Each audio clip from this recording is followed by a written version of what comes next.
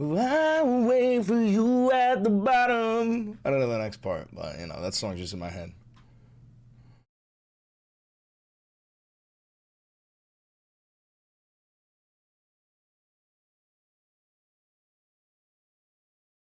Hi, everybody.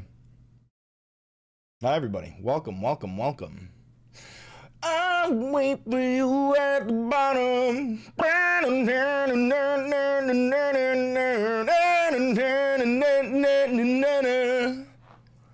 Oh, I cut my cheek shaving. I cut my cheek shaving. God damn it. What are you gonna do? What are you gonna do? There's nothing you can do about that. Nothing you can do about that. Chris, I just got a $4,000 mattress. Sing for me, Papa. He's got a nice mattress. He's gonna sleep well. Yeah.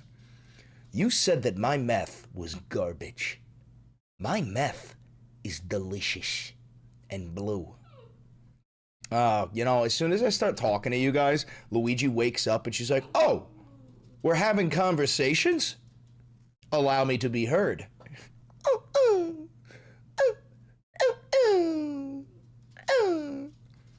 Fuck her. You know, she's... Dude, Luigi had the best fucking night ever. The best night ever. She had carrots, she had a bone, she had a delicious wet food. We cuddled. I played with her. She was going nuts. She was going nuts. And then I didn't even have to lock her in the cage. She said, "That's good, I'm done." And she walked down that little ramp and she walked into her cage and she put herself to bed and I locked her up. And that was it. And that was it. You know, a Luigi cam would go hard. I have a camera over there that monitors her, like a baby camera. I needed that when she was like, you know, when I'd go out for like 4 hours or something and she was in the cage. But I don't think it could link up. It's in a completely different room. I don't know how the fuck I'd be able to do that. Chat, I got a bad back. It's not a flex. I'm 24 with advanced degenerative disc disease. I'm kidding. That sucks, bro. I'm sorry about that, man. But listen, you know, an obstacle ain't a stop sign. You know, you're gonna have to make that fucking hurdle regardless, baby boy. You're gonna have to do it regardless. It's gonna be harder for you, but you're still gonna have to do it, son. You know?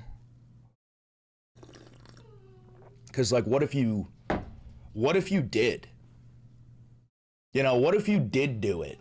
What if you did the damn thing with your degenerative disc? That would make you a fucking Superman. That would make you a legend. Make you a machine.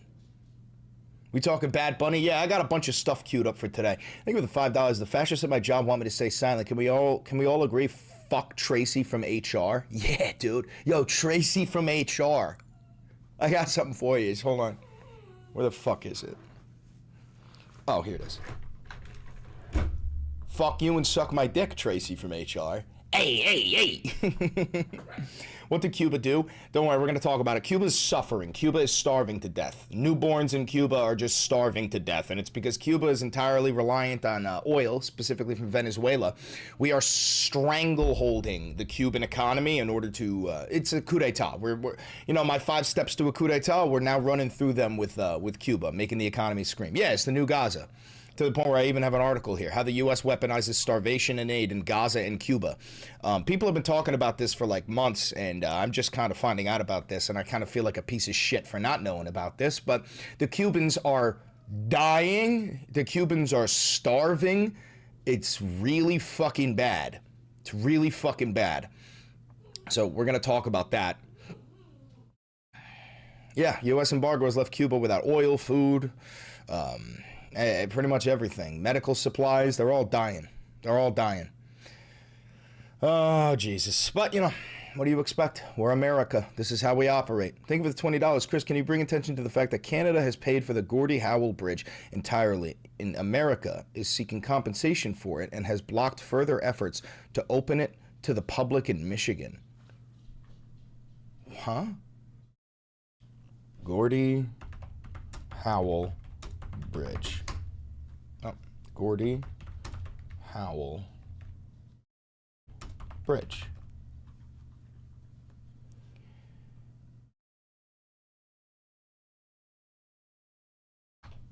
Trump says Gordie Howe Bridge won't open without Canadian concessions. Oh, I gotta sign in for this? Suck my fucking dick, Detroit Press.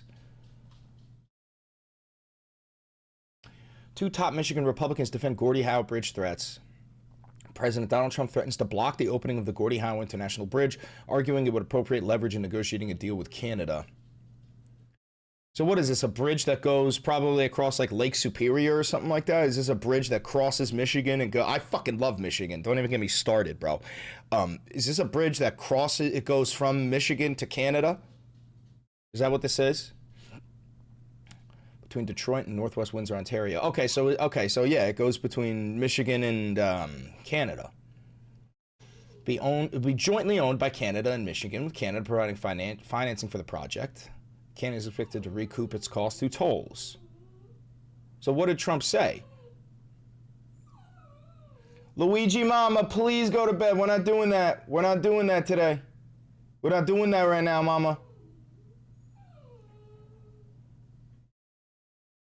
So Trump tweeted about it?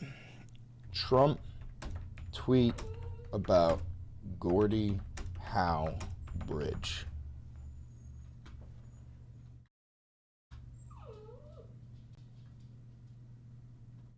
Where's the tweet?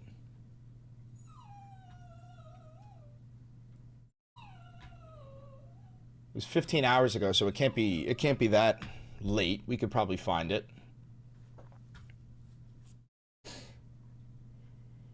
Let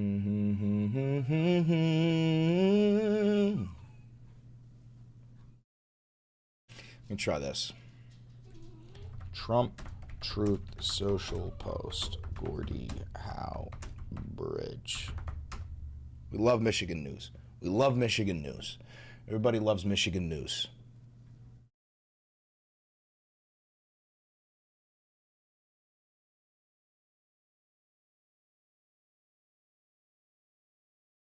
Where's the fucking tweet?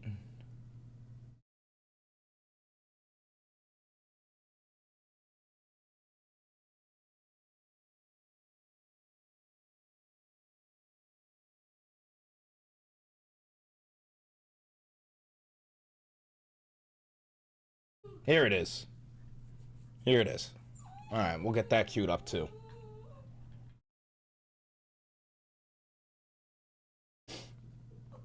Calling the ICE tip line every day since the new year and telling the agents to just do it. You know what I mean? One said today that they are saving my number and putting me on a list.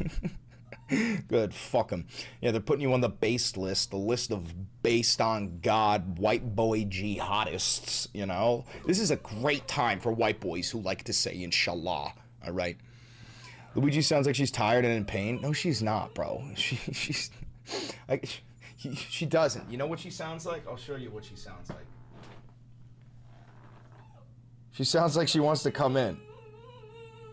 Luigi. Luigi. You can't come in. You can't come in. You go back to bed. She is not in pain. Trust me, she was in pain right after the surgery. And she was on painkillers and all that jazz, you know, and she's all right now. She's all right. Mama. Mama. All right, I'm gonna let her in. I'm gonna let her in. I'm gonna let her in. I'm gonna let her in. I'm gonna let her in.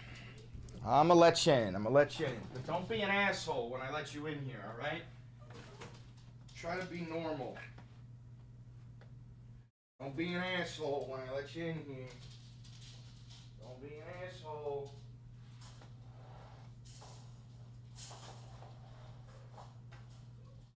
Right, you can come in. You can come in. You can come in. All right. Oh, wow. Hi. Hi. Hi, Mama. She loves this room, man. She loves this room. I know. She just wants her daddy. She's been in that cage for too long. Mama. Hi, baby. Hi, baby. Come here. Yeah, she's a good girl. She's a good girl. She's getting more trained, man. She went up and down the ramp all on her own without my help. She's been going up it alone. That's totally normal. But on the way down, she's been using me as like bumpers in a bowling alley. But she did it all by herself. She's learning. She's learning. She's learning. Anyway, if you got a Google Doc for me, I'll take a look at it. I have a bunch of stuff queued up that I want to talk about. And we'll also take a peek at the dossier. We'll take a peek at the dossier that you guys got me for the day. I'm assuming, you know, you guys make dossiers all the time. All right. Let's see what we got. Good morning, Chris Valentusi Docutussi. Vibe check. The people are waking up, but the fascists are still in power for some reason. Politics is so slow that they're still playing like they're going to win, despite how low and the curtain. Despite low support and the curtain being pulled back, MAGA has been exposed, but it'll keep pressing. But we will keep pressing unless people take some real action. Cuba's running out of oil. I already got that one queued up. I'll check out what you got for me, too. Mounting pressure on releasing the Epstein files. Congress, not an Epstein file. Deep dive. MAGA bullshit. ICE is doing fuck shit. Some other wild stories. Iran. Oh, and the SAVE Act did pass the House of Representatives back in April, but that's just a conversation a lot lately. Yeah, I mean, I don't think the SAVE Act will end up actually pushing. All right. Let's see.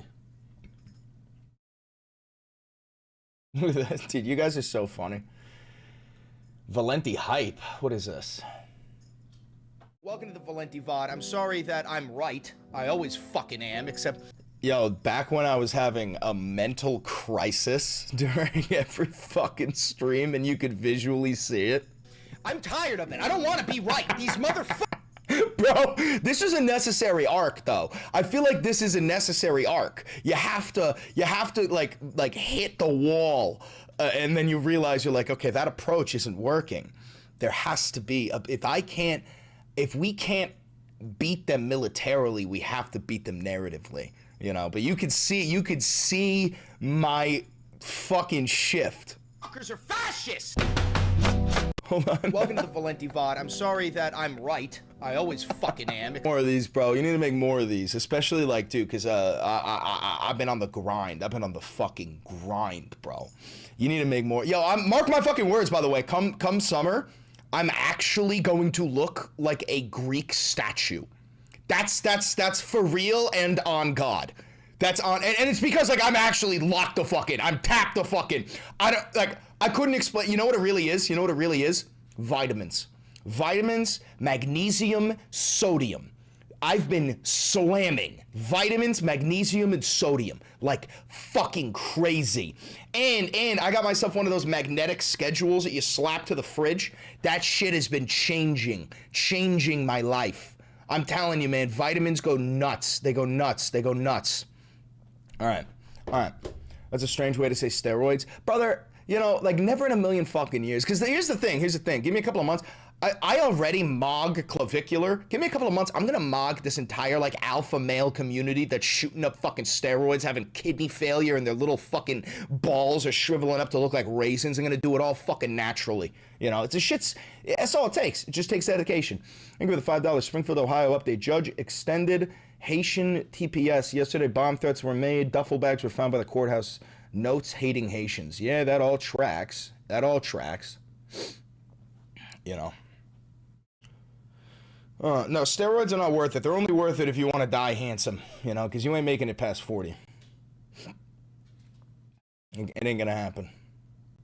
All the mentioned are supplements, right? No, bro, I'm just taking vitamin D and vitamin B12, and I'm eating a lot of fish, and I'm taking vitamin C, and the sodium packets. It's a little thing called Element, LMNT. I take those every single day. It's just a packet of magnesium and sodium that you mix with your water. You start your day off with that. It counteracts hunger. It's good sodium replacement after you sleep. It's really good for you. It's really good for you.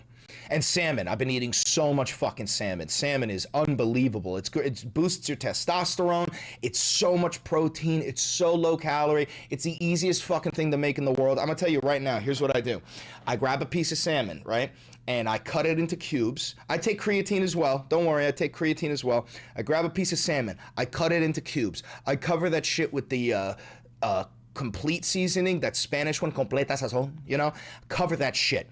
I mean, it should look like you dropped it in fucking dirt. You toss that in an air fryer at 400 degrees for 12 minutes.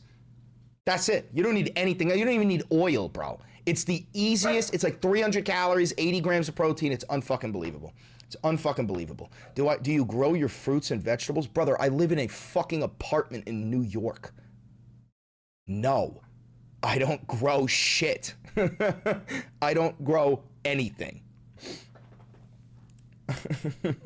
I never air fry my fish. You should. Easy peasy lemon squeezy. Valenti cooking video? You know I was a chef. I was a sous chef, actually, for a while. Element has cans now? I know that. I know that. However, you can, somebody said at least you don't eat 2 Big Macs every day. Bro, as long as you're tracking your calories, you can still have McDonald's every once in a while. You know, if you've got like 800 calories to spare for the day, you can have a fucking 500 calorie McChicken. It ain't gonna kill you. It ain't gonna kill you. Deadass? Yeah, no, deadass. I was a sous chef. I wanted to be a chef when I was a kid. I used to watch Emeril Lagasse all the time. Hi, mama. Hi. You kissing my toes? Hey! What are you doing? No. Run. Run.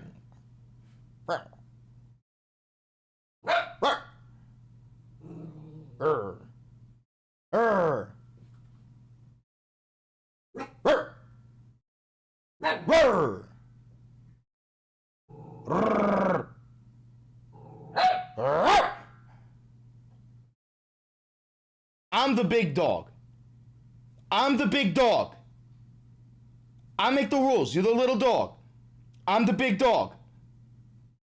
Hi, baby.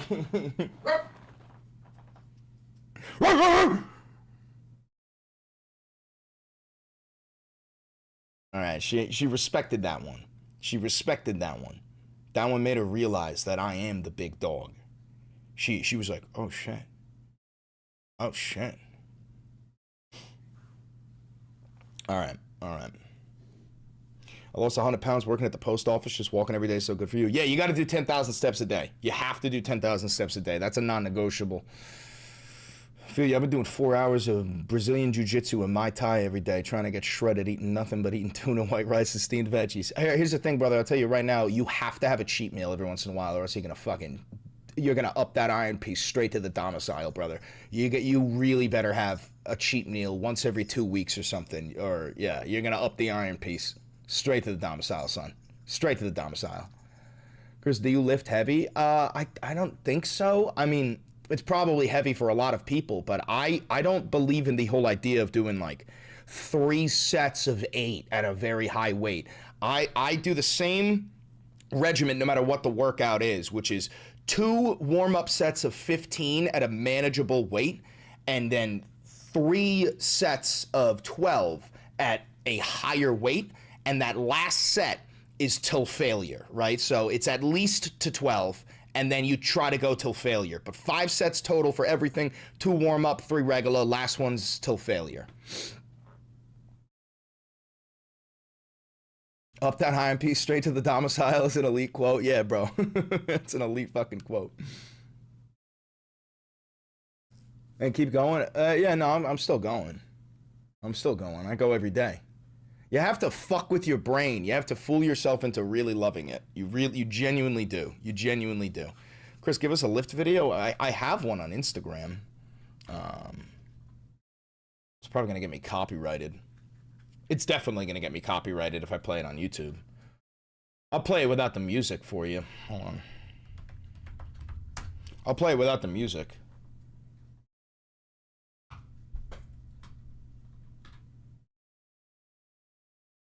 I'll give you the music for a second. That's all you're gonna get because I can't play any more of the music. But yeah, no, this was my final set on I guess flies, but like low flies. Very low flies. But yeah, no, I mean listen, I got all this shit. You wanna see my workout stuff, you just go to my fucking Instagram, man. Just go to my Instagram. Being smaller, my total calories is 1560 daily. These cuts are killing me. I'm about to make you feel like a bitch, bro. That's 60 more calories than I have. I have 1500 calories a day. I do not leave the gym until I have burnt 1000 calories. That's just how I operate. Get mogged, capitalist pig. Yo, I'm so stupid good looking, it's unbelievable. This is why we love Commander Kalinsky of the Dark Woke Legion. This is why we love Commander Kalinsky of the Dark Woke Legion.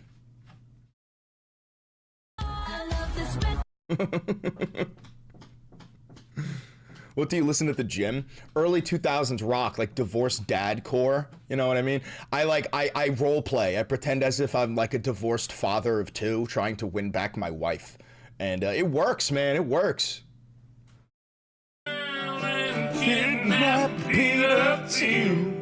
Yo, I'm not kidding. Uvi, I hope you see this. I want him on the show. I want to interview this guy. I want him on the show. I want to do like a big show. We could drop like fucking $5 grand or some shit doing a big show, and I want our musical guest to be this guy. And now, ladies and gentlemen, the Urban Appalachian. And it just starts with him going home. Just starts with, let's hunt down and kidnap Peter Thiel. Pay $1 billion just so I could hear him squeal. Take him to a Waffle House in Ohio, at the whole staff to his bio. Hunt down and kidnap Peter Thiel. That sounds too AI modulated? No, dude, this guy's gas. Oh, I have to sign in. Oh, fuck off. That guy's gas. You should take care of yourself, though. Losing weight, being healthy, doesn't mean you need to hurt. I'm not hurting. I'm taking good care of myself. Don't you worry. The Urban Appalachian has some of the best shit. Hold on.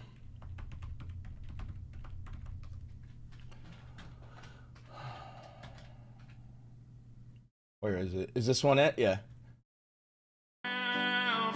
Kidnap Elon Musk. He's got no fucking chance against a million of us.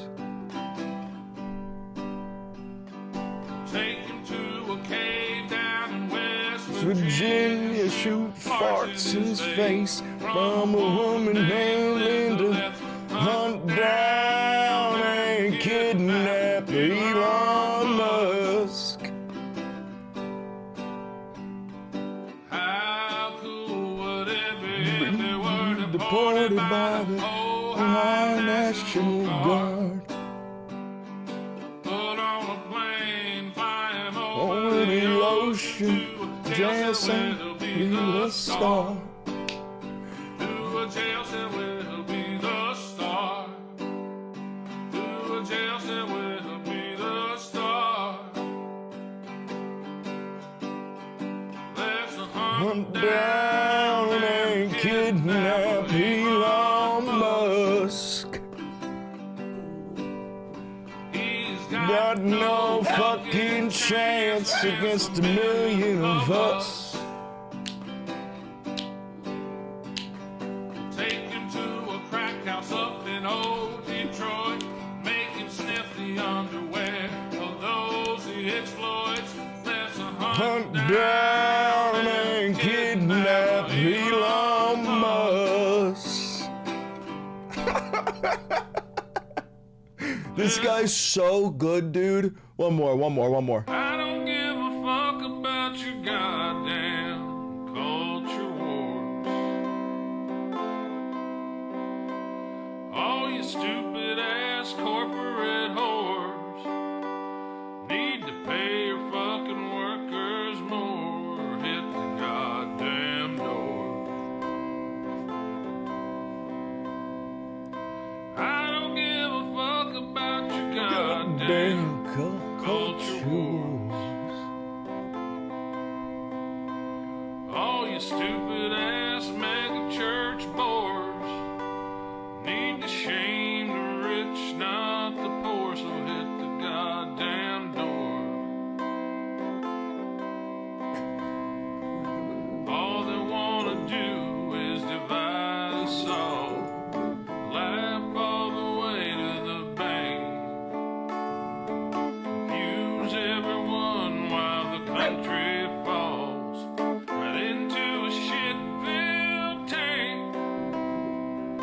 Hey! Hey! No more! Oh, she's being hunted right now. That's a valid reaction to being actually literally hunted by a fucking panther. You guys want to see this? She's being hunted. Check this out. So there... Oh, I'd be a little freaked out too, if we're being totally valid.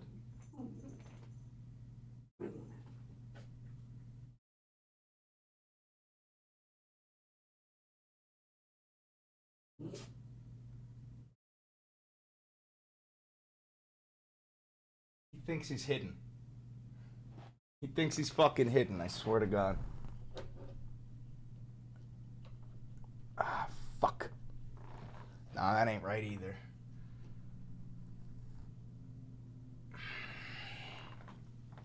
All right.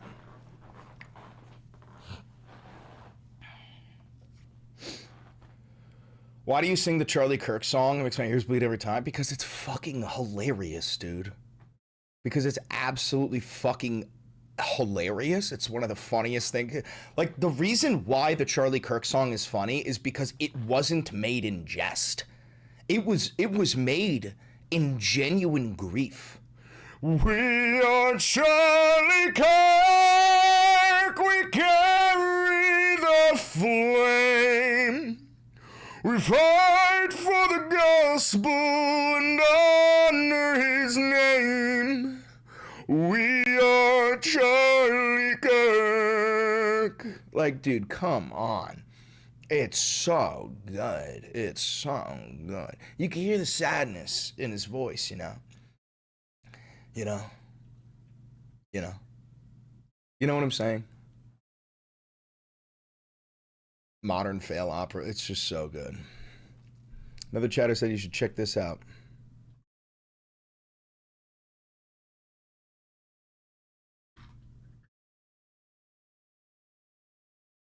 This is a guy's entire Facebook account. This is just some guy's Facebook account. I don't think that link was correct.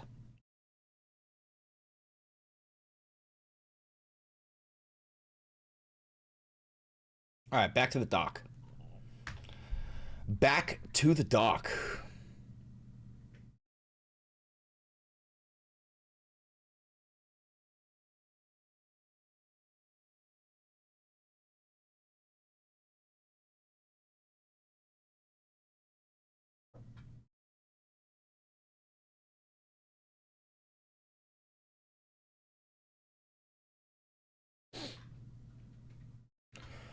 All right, what do we got?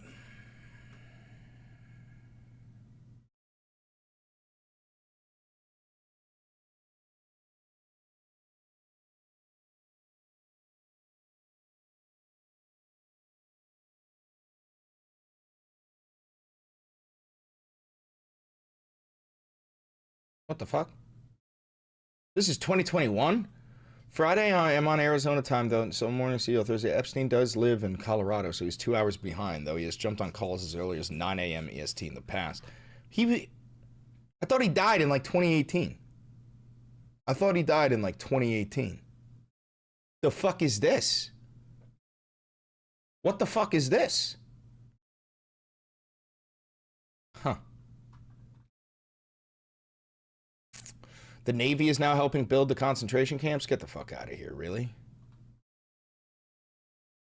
Wow.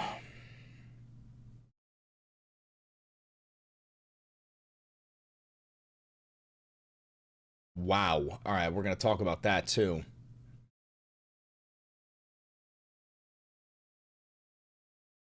You guys know part of the Epstein files is that Epstein bought V-Bucks in, like, 2021. Epstein bought V-Bucks.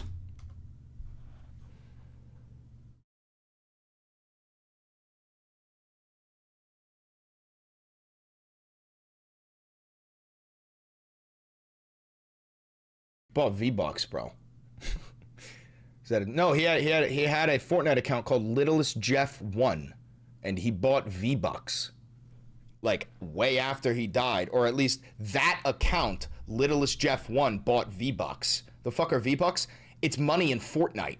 It's Fortnite money that you can use to buy cool skins, like a Spider-Man skin. And the account that he played Fortnite on, Littlest Jeff 1, bought V-Bucks in like 2024. Fortnite said it wasn't true. You think I'm gonna trust Fortnite? You think I'm gonna trust Fortnite? You out of your mind? You out of your mind, son? You out of your mind? But yeah, that's fucking hilarious. Dude, it'd be really funny if we found out Epstein is alive and the only way that we find out is because he bought fucking V-Bucks. Oni-chan uwu? Epstein's alive and in Agartha. Yeah, dude, with Charlie Kirk. Oh, Jesus, Jesus, Jesus. All right, what else do we got? Daughter found dead in her apartment.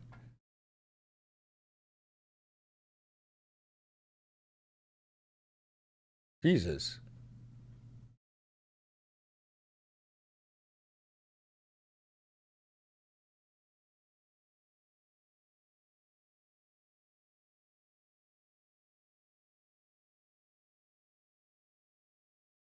What the fuck? I'm not doing that. Yeah, I'm not doing that.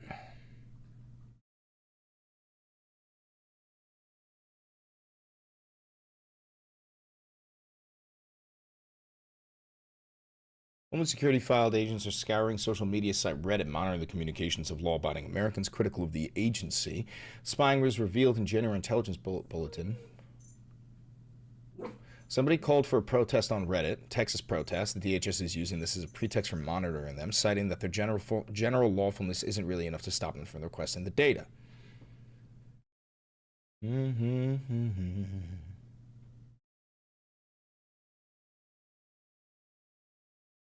This event occurs, wait, let's see. Post generates some engagement on the platform.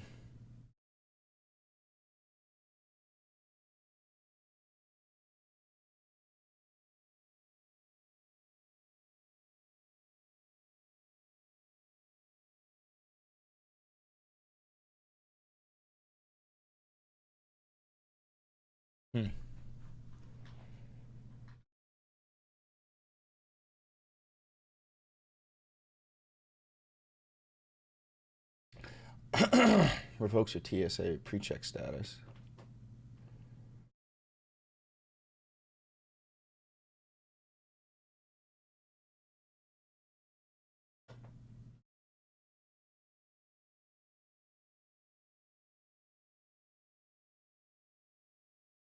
That's fucked up. That's fucked up. Typical. Typical.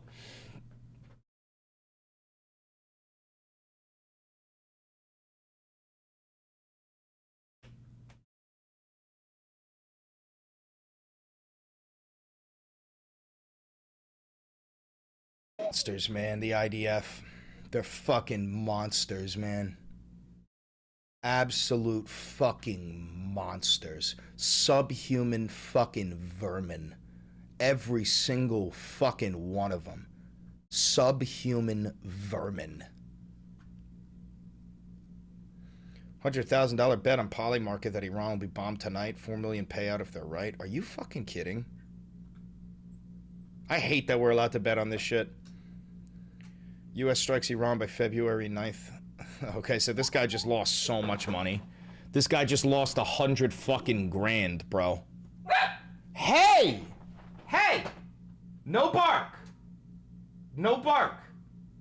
Play. No bark. All right.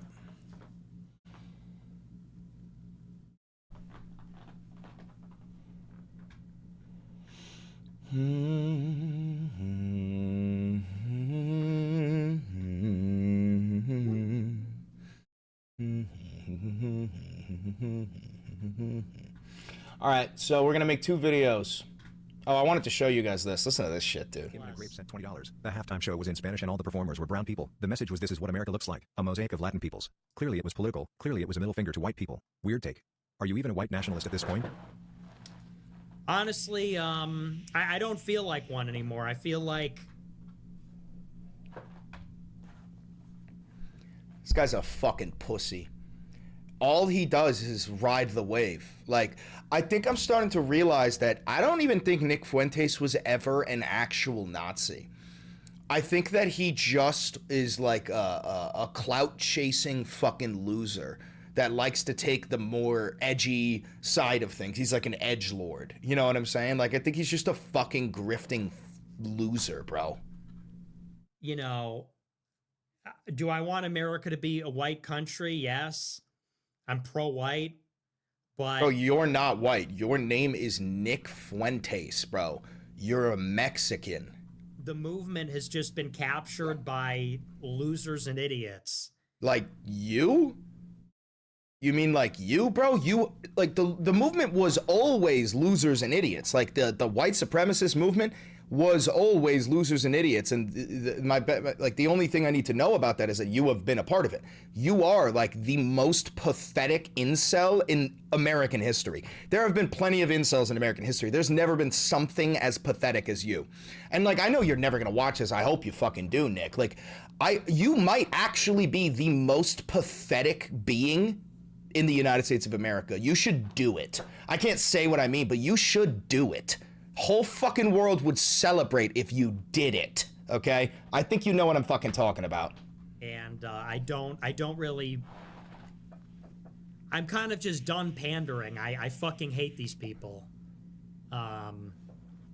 So you've been pandering the entire time. Got it. That's how I feel about it. Got it. You know, when I look at what the movement has become, like the kind of impulses that have captured it, it's just kind of depressing. And I've always been forward thinking, and I've always been heterodox, and I've always been... The fuck does heterodox mean? Progressive in a way, and increasingly I don't feel like... Did he just say he's always been progressive? And I've always been progressive in a way.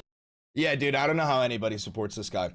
Like, I don't know how anybody supports this guy. Because if you're like a Fuentes follower, you're a Nazi. You hate everybody who isn't white. And you hate Jewish people. You hate Muslims. You hate. Your whole life lives on hate. And he's telling you now that he was grifting, he was pandering, and that he's actually a progressive. Yo, Groypers, you do know that you get the Fell For It Again award, right? You guys do know that you're the most inferior beings in the world. Genuinely a subhuman class of vermin that should be enslaved. You do know that, right? Like, if you're actually a fan of Nick Fuentes, you shouldn't have human rights. You're so fucking stupid. You fell for this. You fell for the Israeli agent. I couldn't even imagine it, bro. You should never speak again. And increasingly, I don't feel like I fit in with that anymore. Your dad loves him. Your dad's a retard. You know, so no, I don't think I'm like you, because now it's turned into, it used to be the case that if you were against white genocide, if you're pro-white, if you're against immigration, like that is what it meant to be on our side. Now it's like you have to be a Republican culture warrior. We're going to have this queued up for today's video. All right, we're going to start with that, I think. We'll start with that. Then we're going to move on to Operation Dildo Blitz. Okay, if you haven't heard about Operation Dildo Blitz, it was incredible. Talk about Pierce Morgan and Megyn Kelly. All ICE stuff, Let's get rid of that.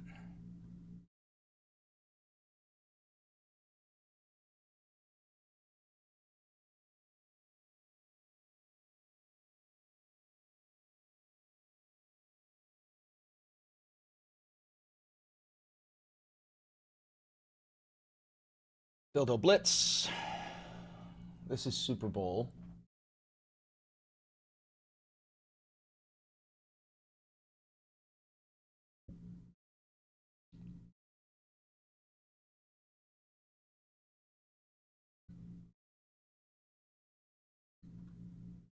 Super Bowl, Super Bowl, Super Bowl.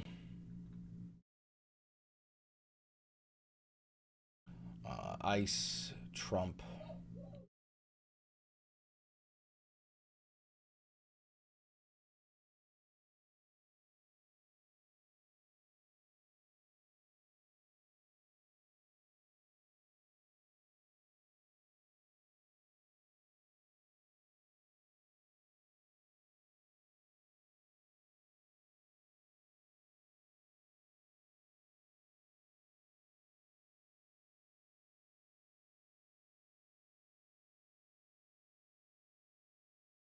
All right, yeah, we got good stuff for today's video. We got two videos. One is going to be about ICE, the Super Bowl, and Fuentes. Second one's going to be about Cuba and concentration camps. All right? First one's going to be ICE and the Super Bowl. And the second one is going to be about concentration camps and Cuba. All right, I think we're good to start our video, yeah? The bridge news? No, the bridge is on there, don't worry. The bridge is on there for the second video. Oh, what did I just do? There we go. The bridge is on there for the second video.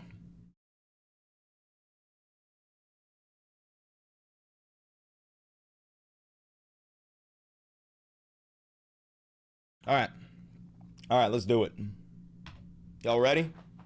Y'all ready? Y'all ready?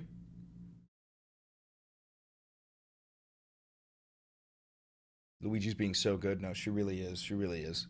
Beans is such a good brother, man. Beans is sitting there. Beans knew she was fucked up before I did. He went over to her and was like sniffing her head and her spine and sat there meowing at me. And I was like, that's strange. And now he's sitting there just monitoring her. He's just watching her. He is such a good brother. He's such a good brother, dude. He knows. He knew. He knows she's a little fucked up. He hasn't hunted her. Like, yeah, he's sitting there, but he hasn't, like, you know, they used to run around and chase each other and shit. He hasn't done that once since she got home in that cage. He knows. He knows that she's a little fucked up. All right. All right, here we go. Here we go. Oh, wait, what is this? Is this a... This is more Nick? Then you go to Turning Point Fest and it's like, oh, we can't be who we are because the left is picking on us. That's, all right, we're going to have that. We're going to have that.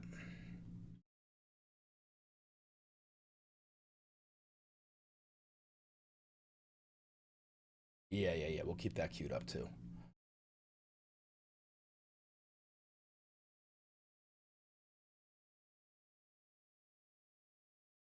All right. Cool. Let's do it. Let's do it. Let's do it. Y'all ready? Y'all ready?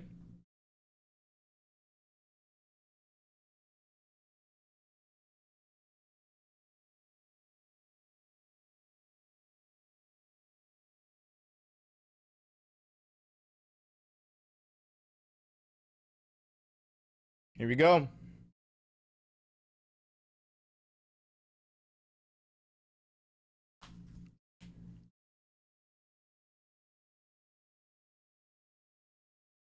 Operation Dildo Blitz was a success, comrades. If this is the first you're hearing of this, protesters in Minneapolis brought fucking hundreds of dildos with them to the ICE headquarters and were slapping them on their cars and chucking them at the ICE facility, just blitzed them with dildos. It was fucking hilarious. Nick Fuentes finally admitted that he has been pandering and grifting the entire time. I'm not kidding. I have it on video. He says, I'm done pandering. I'm done grifting. I'm not a white nationalist. I don't feel like a white nationalist. You know, like, the movement has been co-opted. Like, I'm not kidding. He admitted that the whole thing has been a grift. So real quick, I just want to address the Groypers. You are the stupidest people in the United States of America, and I think all of your rights should be revoked. I think you should be thrown in a gulag and enslaved. You get the Fell For It Again award. I don't understand how you ever fell for it in the first place. You're talking about a gay Mexican kid who is advocating for white supremacy. Meanwhile, he loves Benjamin Netanyahu and Israel. Like, he's a fucking Mossad agent and you fell for it. I couldn't imagine falling for the Mossad agent propaganda that is spewing out anti-Semitism because you're too stupid to understand that Zionists love anti-Semitism. Because the more anti-Semitism there is, the more they can point to it and go, don't you see? This is why we need the Jewish ethno state of Israel. Look at all the increasing rates of anti-Semitism, especially among young American men. Like, you fell for it, you stupid, inferior troglodytes. You subhuman class of vermin, bro. Never speak again. Shut the fuck up forever. No one will ever love you. Your mother doesn't love you. You'll never feel the warmth of a woman. Just give up. Just give up, okay? What else? Megyn Kelly being a racist cunt on Piers Morgan's show. Obviously, Operation Dildo Blitz. We're going to be talking about some of the commercials at the Kid Rock Turning Point USA halftime show, the Ku Klux Klan rally. We're going to be listening to an Irishman who's been locked up by ICE for the past 5 months talking about how it is a concentration camp and the guards and staff are actually murdering people. What else? We're going to be listening to a Trump voter who called into, I don't even know what the fuck this is, some local news network to vehemently apologize for ever supporting Trump because Trump is such a pathetic, fat-bodied, fascist, dementia-ridden, Alzheimer's having fucking idiot that he is starting to turn like the uneducated, toothless hicks against him. What else? Ben Shapiro defending Epstein. That's expected. And yeah, we have a lot to cover today. We have a second video tonight. We're going to be talking about how Cuba is being starved to death, much like Gaza, by us. We have a lot to talk about. Before we do, hi, how are you? I'm Chris Valenti. Welcome to the Valenti VOD. I'm a dirtbag leftist, also known as a socialist. There's nothing I hate more than fascism. So I don't really get a lot of money on this channel because I refuse to do advertisements. I don't have any sponsors. I never fucking will, even though they email me every day. You can get out of my fucking emails. Suck my dick, you corporate pieces of shit. The only money that I make on this channel comes from the AdSense revenue and from you, the viewer. So if you do want to help support the channel financially, there's a couple of ways you could do that. You could buy merch like the Democratic Socialist poster or the Duty Calls merch line. We also have mugs and we have hoodies and all that. We're making girly pop merch, some low-cut shit with the Constitution on it. It's going to say shall not be infringed. It's going to be fucking sick. For the girlies and the gays, we're making you some good shit. You can also click the thanks button down below to tip me directly. You can click the join button down below to become a member for $5. And you can always donate to me on Patreon. So big shout out to anybody who's ever donated $1 or $5 or $10, anything to the channel. This needs to refocus. There we go. Big shouts out to anybody who's ever donated a dollar to the channel. You guys are incredible. Luigi Mama Shush. And then also, don't forget to like, comment, subscribe, and hit the notification bell. That costs you absolutely nothing, and it helps me immensely. Other than that, I think it's time that we dive in. The first thing that we're going to be diving into is Nick Fuentes just admitting that the entire fucking thing has been a grift. All right? Get a look at this. Given a grape sent $20. The halftime show was in Spanish and all the performers were brown people. Real quick, if you are like a happy adult and you don't know who this is a 28-year-old gay Mexican who is the leader of the Groyper movement, which is a white supremacist movement. No, the irony is not lost on me that a gay Mexican is the leader of a white supremacist movement that pushes Christian nationalism and whatnot. Whole point being is that let's just say the Christian nationalists got their everything that they wanted. This gay Mexican kid would be thrown in a fucking gas chamber on the first day. All right, so no, the irony is not lost on me, and maybe he is finally starting to wake up to that fact because he's about to abandon everything he's ever built. Message was this is what America looks like, a mosaic of Latin peoples. Clearly it was political, clearly it was a middle finger to white people. Weird take. Are you even a white nationalist at this point? Honestly, I don't feel like one anymore. I feel like, you know, do I want America to be a white country? Yes. I'm pro-white. You're Mexican, bro. That's insane. That, like, dude, a black person could say that. Imagine a black person saying, well, listen, I'm pro-white, man. You're not one of us, Nick.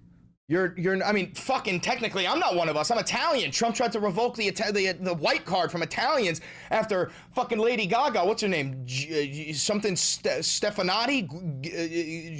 I don't even know her name, but I know she's a fucking wop, too. You ain't one of them. I ain't one of them. You know, what the fuck is you talking about? Stephanie Germanati, is that her fucking name? But the movement has just been captured by losers and idiots. Bro, it was always led by losers and idiots. You are their leader. You are the most pathetic incel that has ever been, unfortunately, spawned into this fucking planet because your mother is a whore. And, you know, the best parts about you fucking trickled down her thigh, dog.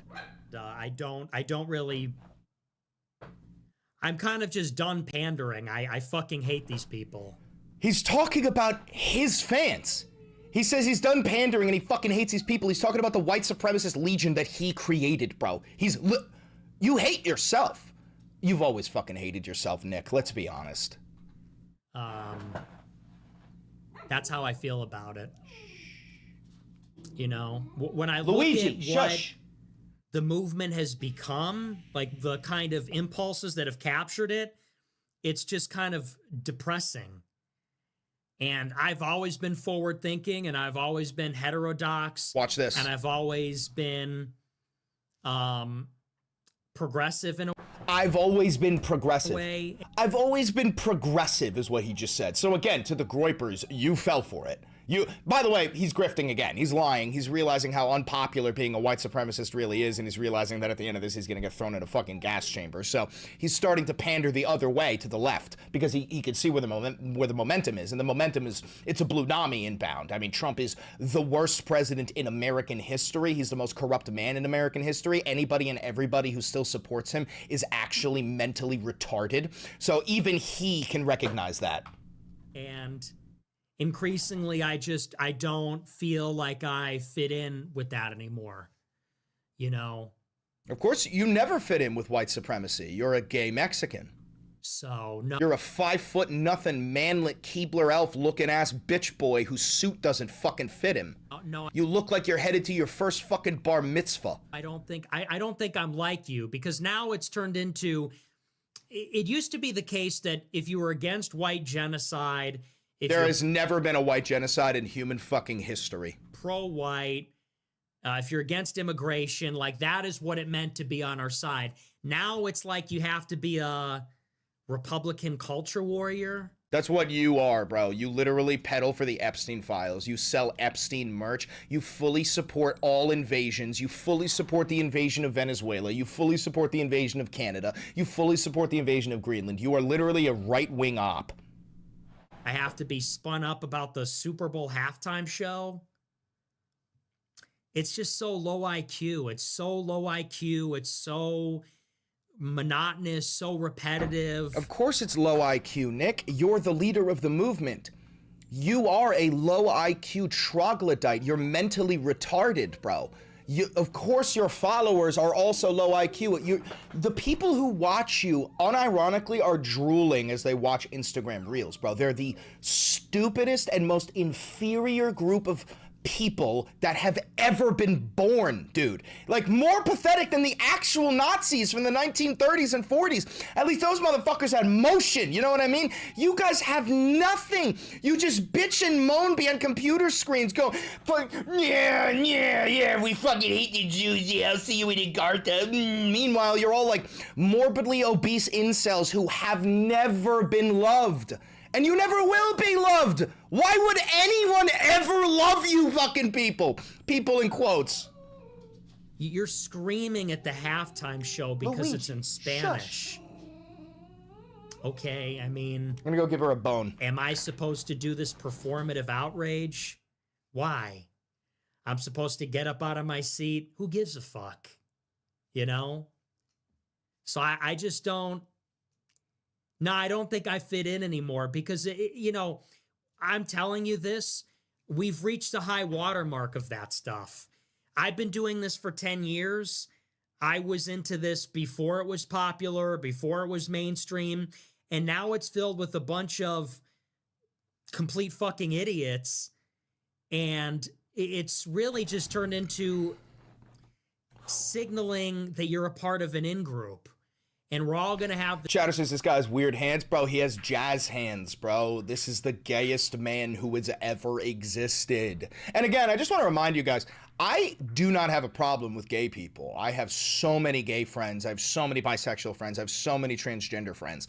What I have a problem with is Nazis that are closeted, right? So, like, for example, in Nazi Germany, being homosexual was a crime, right? 70% of all convicted homosexuals were in the SS. The same way that like Republican congressmen are like fucking dudes in hotels and Grindr crashes every time the RNC comes to town, right?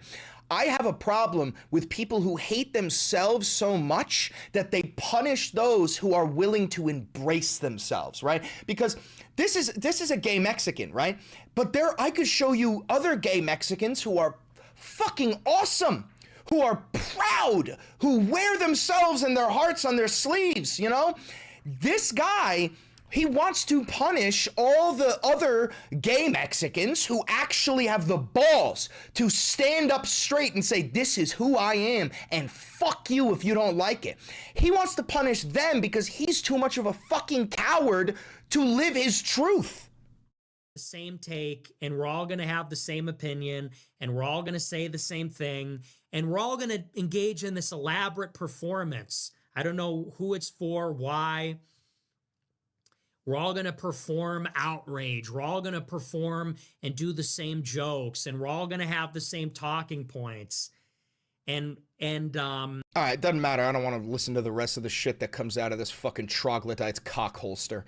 All right, now we're going to listen to Megyn Kelly on Piers Morgan just blasting the Bad Bunny set and being just a fucking racist cunt like she is. By the way, this is a woman who openly defends pedophilia. I think you've seen the clip on my previous videos where she goes, listen, I mean, technically, what Jeffrey Epstein did wasn't pedophilia. It was ephebophilia. Yes, these were like, you know, underage women, but they were 14 and 15. They weren't 6. That's actually what she said. So no one should ever listen to this actual fucking demon cunt's cock holster and the shit that comes out of it. I'm sorry, Piers, but to get up there and perform the whole show in Spanish is a middle finger to Cuando los motores están azules, la cerveza está fría. Coors, prueba las Rockies. the rest of Are you scared now, cunt? Are you scared now, bitch? Now that I spoke Spanish, are you scared now? America. Who gives a damn that we have 40 million Spanish speakers in the United States? It's not 40 million. It's way fucking more than that. Over half of this nation speaks Spanish. It's between 100 and 150 million people. We have 310 million who don't speak a lick of Spanish. Not true whatsoever, you dumb cunt. This is supposed to be a unifying event for the country, not for the Latinos. Oh, God, you racist fucking troglodyte. You plastic-faced, dirty Barbie-ass bitch. Not for one small group, but for the country. We don't need a black national anthem. We don't need a Spanish. I just know this bitch shovels beans down her fucking throat and farts all day like a dirty slut. Speaking non-English performer, and we don't need an ICE or America hater featured as our primetime entertainment. Okay, what is the national language, officially, the national language of the United States of America? Good one, Pierce. The answer to this is, there is a correct answer to this. The answer is, there isn't one. We don't have a national language because we are a culture of immigrants. This nation consists of many different people. Since its fucking inception, bro, we had European colonizers from all over coming over here. There was never a unifying fucking language. I mean, English. Wrong! And there's been a push for many years. Thank you, Pierce. Thank you. To make it an official, you don't have one. Documented thing. You don't have one. If you would have let me finish my comment, I would have pointed that out. That people have been pushing to make it official. I love when he rage baits them. Okay, right, so you're trying to make official. This attitude that you have right here is why you in Great Britain have lost your culture. You ceded your culture to a bunch of radical Muslims who came in and took over, and now it's gone. We're not allowing that here. Whether it's Hispanic, whether it's Muslim, it's not happening in the United States of America. Really? Because you're not doing a good job of preventing it, sweetheart. You're not doing a good job of preventing it because listen, I grew up in New York, bro. I heard 8 different languages and 8 different cultures and 8 different gods and 8 different religions by the time I was 7 fucking years old, you dumb cunt. I don't know what sort of boony ass 500 person fucking village you're from, but this nation has always had immigrants in it. It has always had Spanish in it. It has always had Arabic in it. You and your fucking cracker-ass values have never won once in the history of fucking humanity. And you ain't gonna win now. You might as well admit defeat, you cobweb-pussied-ass bitch. Why President Trump was elected, and whether it's Bad Bunny, who is American but refuses to speak English in his performances. or anybody else, we have to keep the Super Bowl, which is a quintessential American event. Football, that kind of football, is ours. They call it American football. And He's American, you dumb bitch. halftime show and everything around it needs to stay quintessentially American. Not Spanish, not Muslim, not anything other than good old-fashioned American apple pie. There should be a Apple pie's German, you dumb cunt. meatloaf, maybe some fried chicken. Fried chicken is, I believe that originates from Asia. I believe, like, the whole idea of breading and frying chicken originates from Asia. I guarantee you meatloaf ain't fucking American. It's probably, like, Irish or British or some shit. And an English-speaking performer. That's what the Super Bowl should be. What a dumb fucking bitch. All right, speaking of dumb bitch, let's listen to Laura fucking Ingraham, who has had so much Botox that she actually cannot close her mouth. She cannot close her mouth. I'm not kidding. She cannot close her mouth. She just stands there looking like this. Let's get a look at this fucking state regime controlled media hack, fucking disgusting evil bitch with a fucking Adam's apple bigger than mine. I think that woman's trans, by the way. We should do some transvestigation. But if you want to blame anyone for this again, don't blame Bad Bunny. He is who he is. Someone most people watching had never heard of before he was.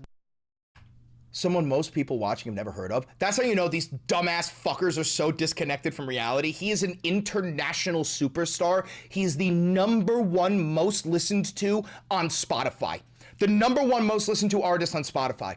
International bestseller, one of the best musicians alive right now. These people are so fucking stupid. Booked to do the Super Bowl. He's just another entertainer who got very rich off the American consumer, but then turns around and trashes the country when he doesn't like the president. No, he's trashing the country because we have a mass paramilitary organization patrolling the streets, executing American citizens and demanding to see paperwork as they knock door to door like this is fucking 1930s Germany. He's an anti-American radical who canceled his U.S. shows because he's supposedly afraid of ICE. What a phony. Unless, that is, he's worried that his concerts attract violent illegal alien gangbangers or rapists. No, but you know whose concerts do attract rapists? Kid Rock. Kid Rock. He made a whole fucking song about loving statutory rape. He literally has a whole he says, some call it statutory, I call it necessary, right? That's one of his fucking songs, dude. Oh my God, pathetic, pathetic, pathetic. All right, I want to show you this video that I found on TikTok here. This is from a creator named Nomadically Ryan. I've watched him before. He really just goes on adventures to like different countries and shit and is backpacking. But for some reason, he started to pivot to, political content, which I think is important. You need anybody and everybody who has a voice and a platform to be doing this. But he put together the advertisements that were running during the Turning Point USA Kid Rock Ku Klux Klan rally. And I didn't see these. I didn't see those advertisements. Bro. It's straight up like Handmaid's Tale propaganda, and that's what he's gonna say. So you gotta get a look at this. But you guys need to see what type of commercials the United States government was pushing on this All-American halftime show. Shush. It is directly from The Handmaid's Tale. Like, this is terrifying. This is what they're consuming on the other side. From the War Department, we salute Turning Point USA and every American who still believes freedom is worth defending. Thank you for your courage as an organization, your clarity, and your leadership. And for this halftime show that the War Department is proud to support.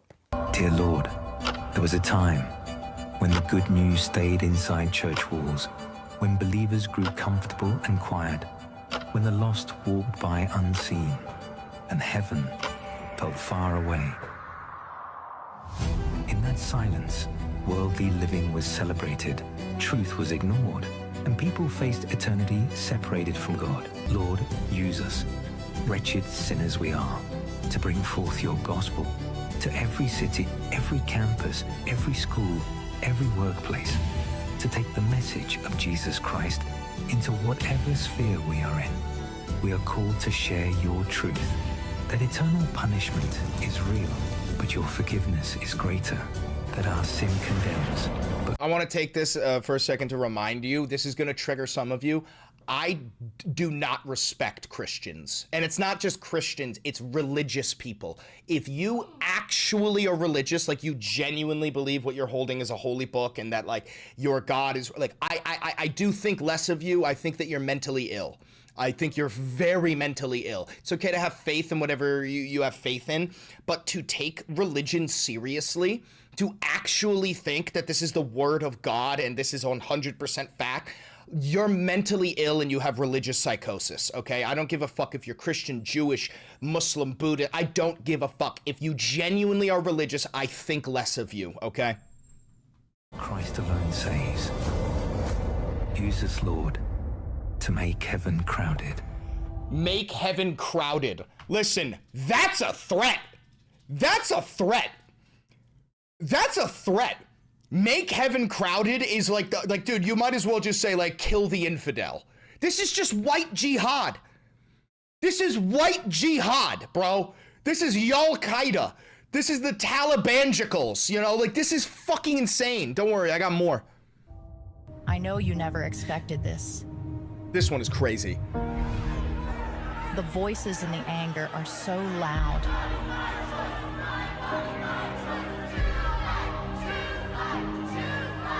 I know you envisioned things differently.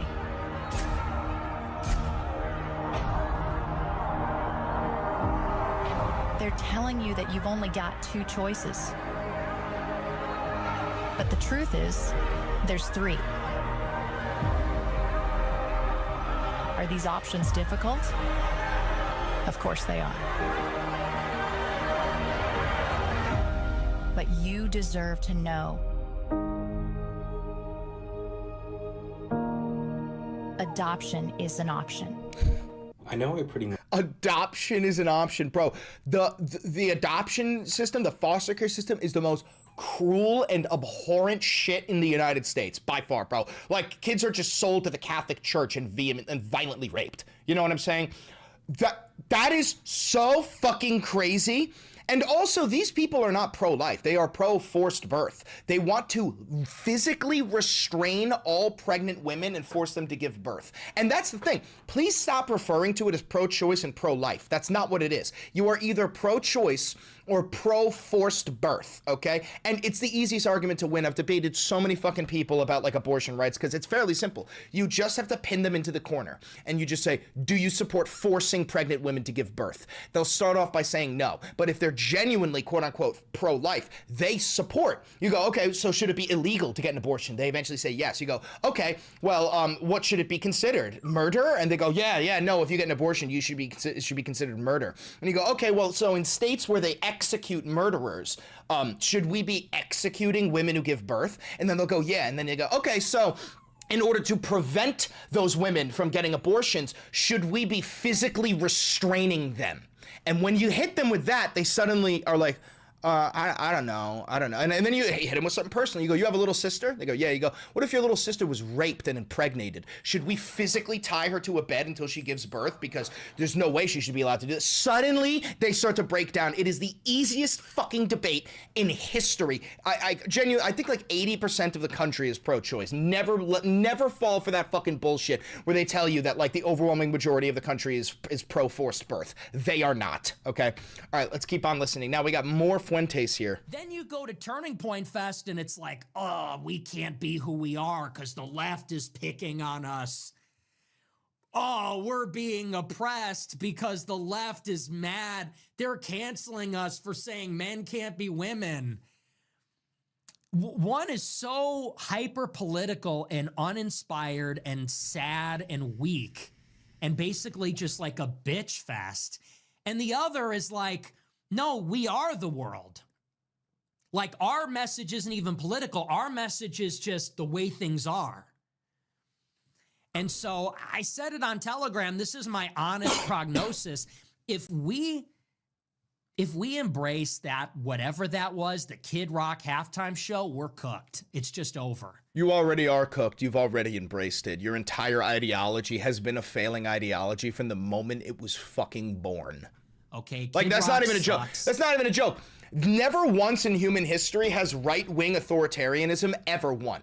I know that for a second, for a moment, it feels like they're winning, right? Like when the Nazis successfully invaded Poland, I'm sure everyone was like, wow, these Nazis are unstoppable, man. They're gonna fucking win. But guess what happened? That cocksucker took his fucking life in the bunker. His entire fucking regime collapsed. We executed fucking thousands of them, and tens of thousands were sent to fucking Soviet gulags. They failed. And I know that in the moment, it feels like Trump is winning, but he's not. He's failing. His entire ideology is fucking brittle and falling apart. That's why they're going after voter. That's why they're trying to prevent the midterm election from being a free and fair election. They're trying to prevent the presidential election. They know that if they actually leave it up to a vote, they're gonna get fucking shellacked.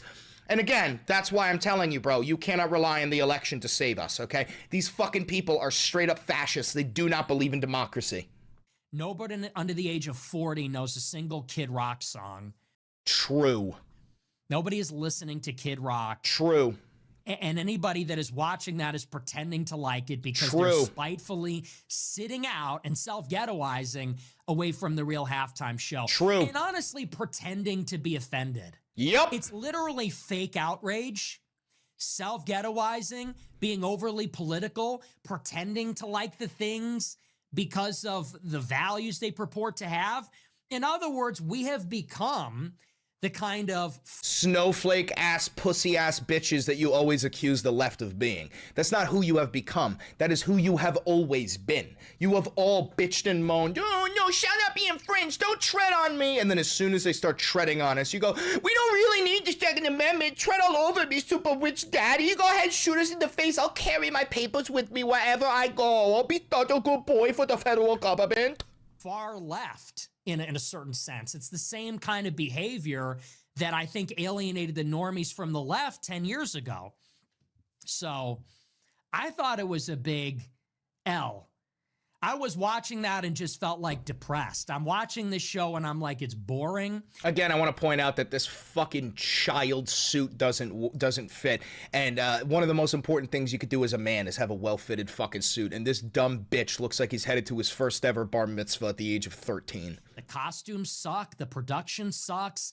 The songs suck. The lyrics are weird. The acts are weird. I'm like, if this is the best we have to offer, I think everybody's going to go with Latino futurism. Yup. If everybody loves a thick-ass Latina, everybody loves watching the big-booty Latina shaking their shit on stage. Well, not everybody. You don't, because you like dick, because you're a homosexual, which, again, there's nothing wrong with that, Nick, but you are a homosexual. If the white right, if the best we have to offer is this sad, dying gasp of white culture, it's like some white trash country hip-hop artist from Detroit from the 90s. If that's the best we have to offer.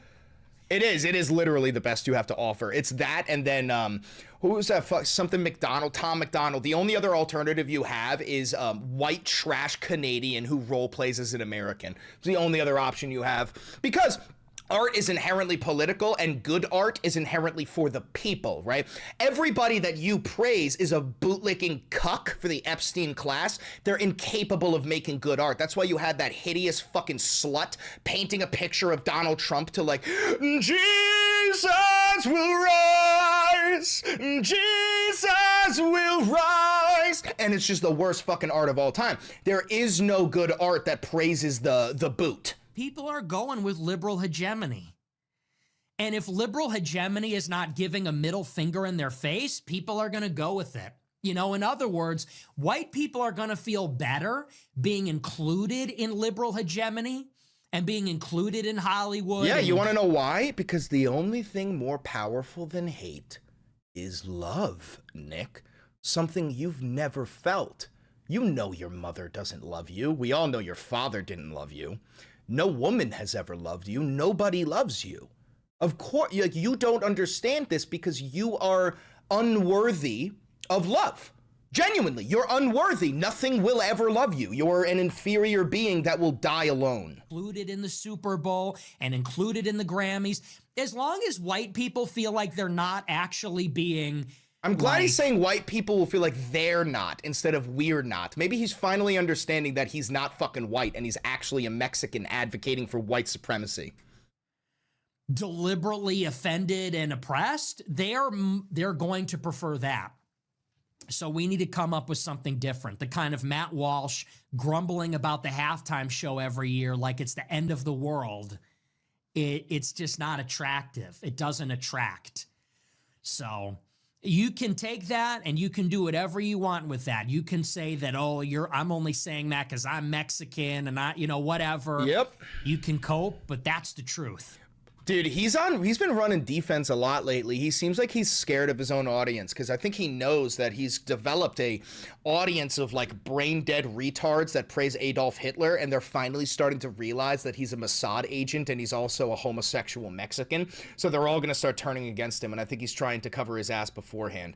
All right, one thing I want to show you. So as you know, ICE has nothing to do with immigration enforcement, and so what they did was they picked up an Irish guy who was here legally, and he has been held in a concentration camp for 6 months, being tortured, being fed moldy food with worms in it, just being fucking beaten and abused. And he did an interview here. He called in from an ICE concentration camp to say, the guards are killing us and we are starving to death. Get a look at this. Oh, wait, hold on. $5 chatter. My dad listens to Tom McDonald and country rap. He voted for Trump and he was an undocumented immigrant. Gotta love the hypocrisy of the right. Unfortunately, your dad is a fucking retard and he shouldn't have rights. All right, let's listen. The best way I could describe it is probably like a modern day concentration camp. It's a bunch of temporary tents. There's probably room for 1,000 detainees in each tent. I believe there's like 5 tents.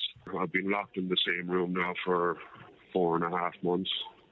I've had barely any outside time, no fresh air, no sunshine. I could probably count on both hands the amount of times I've been outside. So I'm just locked in this room all day, every day. We've got 2 TVs on the wall. We get 3 meals a day, very, very small meals, kid-sized meals. So everybody's hungry, everybody's tired. We've got no commissary. We've got no options to get extra food or anything like that. And the conditions here are filthy. The toilets, the showers, completely nasty, very rarely cleaned. I'm in fear for my life down here, honestly, because people have been killed by the staff here, by the security staff. People have been killed here by the staff, by the security staff. It's a death camp. The staff is executing people. By the way, these are not like actual prisons. These are warehouses that have been purchased by the Department of Homeland Security. There are no rules and regulations in these fucking places, bro. They're not real prisons. They're not real facilities. They are detaining so many people because ICE has quotas, right? That they have to like detain X amount of people every day. That they have to rent out fucking warehouses to store them in like cattle. And you just don't know what's going to happen on a day-to-day basis. You don't know if there's going to be riots. You don't know if there's going to be... You don't know what's going to happen. It's a nightmare down here. I mean, is there competition for food, given how little you're each getting? Oh, absolutely there is, yeah. It's a fucking Hunger Games in there. And there's a little bit of the discrimination, I guess, against English speakers here. The Spanish speakers definitely get a preference when it comes to the extra food, if there's any extra food left over, because all the staff are kind of Hispanic. Isn't that ironic? That all of the staff who work there are Hispanic. And, what did you think, bro? Did you think the rich white people were actually going to do the cruelty themselves? No. In America, we're so diverse, even our fascism is DEI. The ICE agents, the staff at the prisons, they're all Hispanic too. I will never be able to forgive any minority that is on the side of the fascists. You're actually worse than the white people, because the white people have a reason to be duped into thinking that they will benefit from this stuff. They can be convinced hey, as long as we make their life worse, your life will seem better. You are already the target. You're an Uncle Tom. That's what you are. You're supporting the boot on your neck. You're licking the boot that is on your neck, cleaning it, going, will I be the one that you allow? Will I be a good boy? Will I be saved? It is the most pathetic shit I've ever seen. I've ever fucking seen. They kind of stick with their own when it comes to that kind of stuff, so we'd be extremely lucky to get anything extra. Absolutely fucking diabolical. All right, now I'm going to show you. So first of all, here's that picture that Trump posted of the Obamas as monkeys, because as you know, Donald Trump is a vehemently racist man. We're going to listen to a regular run-of-the-mill toothless hick call into his local news network, or what is this, maybe Newsweek? And vehemently apologize for ever supporting Donald Trump. This is because Trump's approval rating is actually in the fucking shitter, and the only people left who support him are actually retarded. John in New Mexico, Republican. Hello, is that me? That's you. Oh, my word. I am a registered Republican. Before we listen to this, I need you to understand, he did not have to make this call. Sure, maybe this guy's not on a protest line, maybe this guy's not advocating for socialism, but he did not have to make this call, and he's so fucking pissed that he did, all right? My dad was the president of American Pipeliners Association, so I came by it rather naturally. Voted for the president, supported him, but I really want to apologize. Looking at this awful picture of the Obamas. This guy sounds like he's actually on the verge of tears. What an embarrassment to our country. All this man does is tell lies. He is not worthy of the presidency. He takes bribes blatantly, and now he's being a racist blatantly. So here's the thing. The guy calling is most likely racist, okay? But most racists like to have plausible deniability. You know, like, they're racist, but they're not going around screaming the N-word. They're not posting pictures of the Obamas as monkeys, right? Like, they like the plausible deniability. They like the racism to be, like, embedded within policy. But now there's no denying it. Like, you can't, he posted a fucking video of the Obamas as monkeys, bro. And by the way, the guy calling is probably going to vote for Trump in 2028, too, because he's a brainless fucking troglodyte. He's pathetic. And also, I want you to understand, I know some of you are better men, better women, and better people than me, but I don't fucking forgive this guy. I'll never fucking forgive this guy. You voted for the guy 3 fucking times. The first time we knew he was a racist, the second time we knew he was a racist, and the third time we knew he was a fucking racist. And to be honest, the third fucking time, we knew that he tried to violently overthrow the goddamn government, okay? And that he's blackmailed to the high heavens from the fucking Israelis and the Russians because he's a pedophile, sex trafficking, rapist, cannibal. And you still fucking voted for it. So no, whatever the fuck your name is, John from New Mexico, you should get on your hands and knees, suck my dick, and eat my fucking asshole. Do us all a fucking favor. Keep your mouth shut for the rest of your miserable fucking existence and never walk to a voting pool ever fucking again. You useless fucking husk. Thank you for the $20 donation. Patrick, my dad, was deported in 2004 when I was born. He had to fight for his citizenship. He spent a year in Austria to get his citizenship. He still has it now. I don't know how. He still supports Trump and hangs out with ICE agents. Again, your dad is an inferior fucking retard. As a president, and I just want to apologize to everybody in the country for supporting this rotten man. I appreciate your apology, but I do not fucking forgive you. All right, now, I told you in the beginning that I would show you Operation Dildo Blitz, and now you're gonna fucking see it. Operation Dildo Blitz has been a success. No, they're all brand new. Oh, donated. Hey, clear out, Rook. They're coming. He just said they're all brand new. Wait. No, they're all brand new. Oh, donated. All right, well, here's the thing, comrade. They're not, they can't be brand new and donated. They're either brand new or they're donated. And if they're donated, you're telling me that you threw used dildos at ICE? Brother, this might be biological warfare. Dude, this is like, I saw a post once of a sex worker who was like, just gave an ICE agent AIDS. And everyone in the comments was like, this is the resistance! Hey, clear out, Rook. They're coming. Get him, boys! Get him, boys! Get him, boys!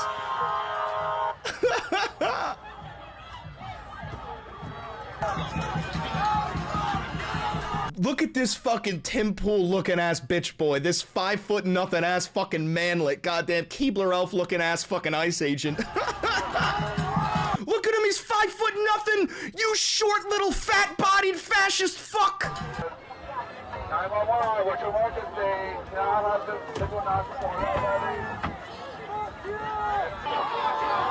Yeah, grab that dildo. Grab those dildos and throw it back. Yeah.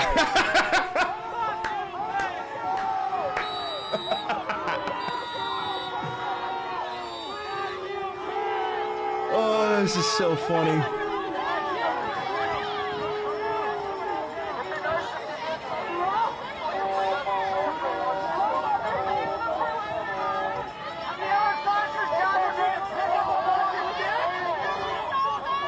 Fucking imagine if she grabs one, puts it in her back pocket. Stand for pussies in brown uniforms. Oh, that's so fucking funny. All right, let's listen to Ben Shapiro defend However, the Epstein when President files. Trump speaks for the American people more generally, and he says, guys, don't we have better things to do? You can understand his irritation. The man is trying to negotiate an end to a war in the Gaza Strip. He's trying. No, he's not. He doesn't give a fuck about the end of the war. He's allowing them to finish off the genocide and build fucking casinos on beachfront property atop the bones of dead babies. To negotiate an end to a war in Ukraine. He's not negotiating an end to a war in Ukraine. He is allowing Russia to take about 20% of the Ukrainian land because he is blackmailed by Vladimir Putin. He's attempting to revivify the American economy. He is not attempting to revivify the American economy. He is actively destroying the American economy and enriching himself with billions of dollars so that he and the Epstein class can flee this nation. He's attempting to and move to freedom cities. God, you're such a pathetic little fucking worm. Crack down on illegal immigration. He is not cracking down on illegal immigration. He has a masked slave catching patrol that is patrolling the fucking streets murdering people. List of American priorities by the polls. The Epstein-Maxwell case comes in pretty close to zero. Well, maybe it comes in pretty close to zero to people like you, Ben, because you vehemently support pedophiles. But no, to the rest of the Americans, the only Americans left, the actual people who stand for democracy and freedom and justice and what is right in this world, we would like to know a little bit more details about the elite pedophile cabal that runs this entire fucking planet and is sex trafficking and eating children after raping them. We would love to know that. I actually think that's wildly important, but of course you don't fucking care. You're straight up a shill. You're a fleshlight for fascism. You're a fucking fashlight. Pathetic fucking worm. Okay. That's all I got for you in this video. I'm going to do another video about a deep dive into Cuba and how Cubans are starving to death and their babies are stillborn and they're facing essentially what's happening in Gaza. They're facing a genocide all because America has decided to stranglehold their economy for our latest coup d'etat. If you don't know how to coup d'etat a nation, check out my video, 5 steps on how to coup d'etat a nation. It's very fucking easy. But yeah, that's what we're moving into. I'm going to make a new video about that. It'll be available to the public at 7 o'clock p.m. and it will be available to members of the channel immediately after filming. If you want to become a member and get early access to the video, all you've got to do is click that join button down below. It'll cost you $5 and it'll give you access to the member-only content.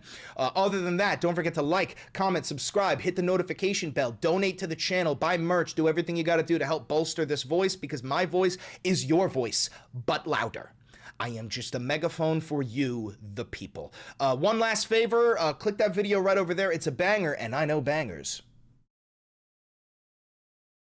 All right, that was a banger. That was a long banger, but we're going to get that uploaded and ready to go. That was a long banger, but we're going to get that uploaded and ready to go. Roe and Massey are announcing names? Yeah, I doubt it. I went to the Department of Justice to read the unredacted Epstein files. We spent about 2 hours there, and we learned that 70 to 80% of the files are still redacted. In fact, there were 6 wealthy, powerful men that the DOJ hid for no apparent reason. You gonna say their when names, Ron? Congressman Massey and I Friend of pointed the show, this out Ro to the Department of Justice, they acknowledged their mistake, and now they have revealed the identity of these 6 powerful men. Who are they? These men are Salvatore Navora, Zorab Mikoladze, Leopig Leonor, Nicola Caputa, Sultan Ahmed bin Sulayem, CEO of Dubai Ports World, and billionaire businessman Leslie Wexner. All right, so none of that is new. I knew all of those names. Listen, Ro Khanna is a friend of mine. He's a friend of the show. I've talked to him. I've done interviews with him. He's a good guy, but like, brother, fucking take the risk. Give us the real names. Give us the names that we don't know. Tell us the names of the people that we don't fucking know. For real, bro. That shit, nation. You don't know any of these names? You don't know any of these men? They were all in the fucking Epstein files already. I mean, like, at least Les Wexner and the Sultan bin Sulayem, you know, those were already in there. Hey, Dead Siren, you here? Did you make me any thumbnails today? It's okay if you didn't. I can make them myself. It's okay if you didn't. I can make them myself, but just let me know, because then I'll get to it. I'll get to cracking right now.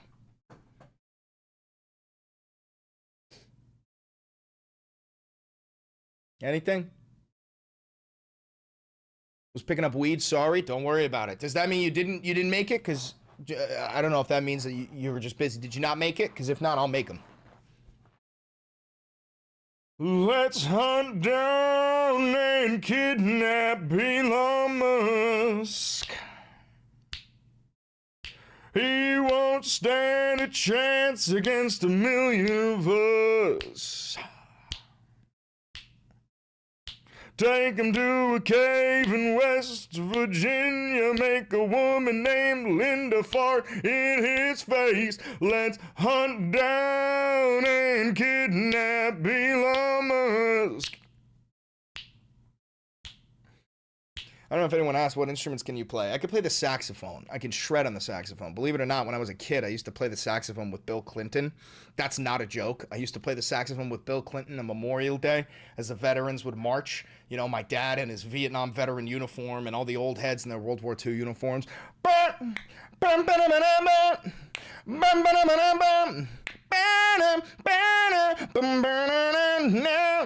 not even kidding about that. I'm not joking about that whatsoever. I'm not joking about that whatsoever. Do I have any videos? No, but I got pictures. Can I please help design the girly pop merch? Absolutely, absolutely you can. Listen, the designs, you can make those wherever you guys make designs. The merch itself, once I have the design, I just go into Shopify and you select the different merch, and I'm sure they got like low cut shirts for the girly pop stuff, you know? So we'll do that. Chris, something is wrong with me and I'm going to paint an oil of you. What is your favorite color? Green and purple. Green and purple. Green in that order. Green is my favorite color and then purple after that. All right, let's make a thumbnail, guys. What should that video be primarily about? Because it was about a lot of different things. Let's hunt down and kidnap Elon Musk. He don't stand a chance against 1,000,000 of us. All right. What should that video be primarily about? It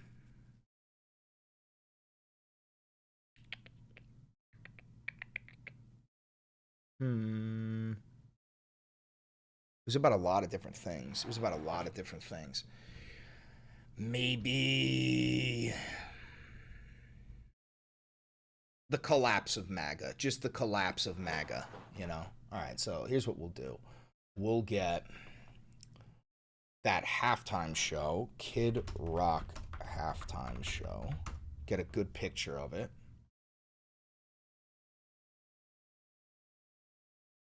Yeah, this is a good one.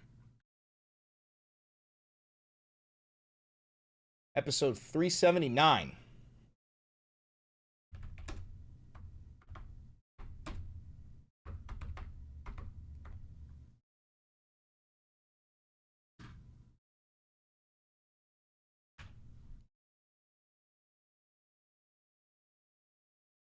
You know what I want to do when we get that girly pop merch, bro? I want to contact Shahana Doyle, right? You probably know her as Shag, because she's an actual model, and I want to get her some of the merch and get her to do like professional shoot. I'll pay her to do professional shoots with it, because I want to do a shoot with like me and her wearing the merch. I'm not kidding. I'm talking AK-47s, bro. I'm being dead ass. I'm talking AK-47s, Soviet fucking flag behind us, fucking shiesties on, bro, with the girly pop. Like imagine Shahana in girly pop merch with a fucking ski mask on and an AK-47. I'm being dead ass. I think that shit would go crazy good. Chris, and then also me, Chris, stop outsourcing your filmmaking to foreigners, sireners from Scotland, you fucking bastard. I'm talking, and then me, right, in the same, like, I also want to do a shot in the girly pop merch for the gays. That's what, thank you, Sacred Gaggle. Would you rock the, that's what I'm saying. I want to do the regular shit, but then I want one of like, I want to be in the low cut. I want to be in the booty shorts with the fucking shiesty and the AK. Like, I'm not kidding. I think that shit would go stupid fucking hard. Stupid fucking hard. I want a Mosin. I want a fucking Mosin. Yeah, no, body glitter, whole 9 yards. Whole 9 yards. I'm being so dead ass. I think that would go, I know you're joking. I'm not joking, Alex. I'm not joking. I don't know how to get this clear enough to you. I'm not joking. I want to do a shoot, like a professional modeling shoot with the girly pop merch and the manly ass merch. Just to show, like, bro, healthy masculinity is wearing whatever the fuck you want and not giving a shit. You don't like what I'm wearing? Good thing I don't give a fuck, bitch. Like, that's masculinity, you know? Just so you understand something, I was the Spirit King back in high school, right? I was elected as the Spirit King to lead the like the pep rallies and the football games. And do you know what I fucking did? I swear to God. You could talk to people who I went to school with. First royal decree as Spirit King was to change the title to Spirit Queen, right? Now, I'm not fucking trans, I'm not non-binary, but I was like, nah, we're making everybody refer to me as the Spirit Queen, and they're gonna see me as a fucking dude, because we've never had a Spirit Queen, and if we're not gonna elect a woman, then I'm changing the fucking title. That's the shit that we need. You were class president? No, I was the Spirit King, and I got impeached. I'm not kidding, I got impeached, because senior year, I ripped like 8 lines of cocaine in the bathroom and then kicked open the door to the pep rally and I ripped my shirt off and I had the microphone and I started going, ooh, ooh, ooh. Everyone in the crowd, the students, like 1,200 of them, they all knew my reputation. They all knew I was geeked to the fucking gills, just geeked as shit. And they're all laughing their ass off, covering their face. They're like, this kid's on cocaine. We all know it. And the teachers are just like, what's wrong with this guy? And yeah, and then I got fucking impeached. I was the only one who ever got impeached. I couldn't fucking believe that shit. I got impeached. And they couldn't outdo me. They couldn't get one that was any better than me. You know, I'm still a fucking legend of that goddamn high school, dude. Sometimes I go get gas nearby and some fucking kid will be like, are you Chris Valenti? And I go, yeah. And they go, bro, you're like a legend at the school. And I'm like, yeah, I know. Yeah, I was actually impeached. I'm not kidding about that. I had one line too many. It was a good time, man. High school was a weird time for me. Laughing my ass off. Nothing that I just said was a joke. All of that is 100% true, bro.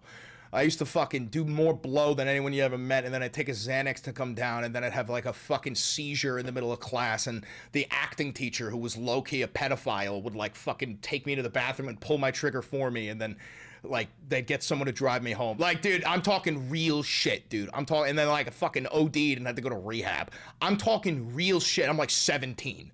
I'm like 17 at this point. I'm talking dead ass real shit, dude. Yeah. And then the pedophile, and then he got caught. He didn't really get caught. A bunch of us finally spilt the beans, and he ended up going to prison, and then he died in his cell.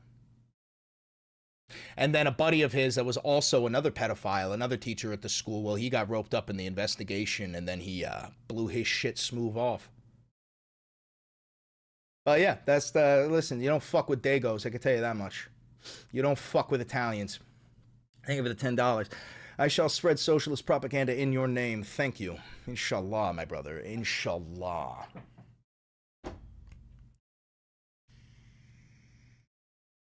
Wow, that's not a happy ending? Yeah, it is. Yeah, it is.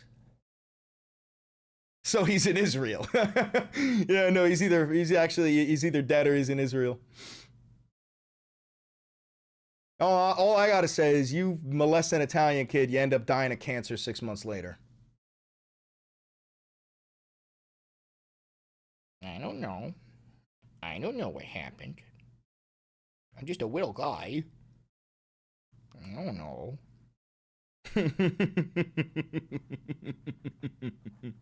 All right, let's make this thumbnail. All right, let's make this fucking thumbnail.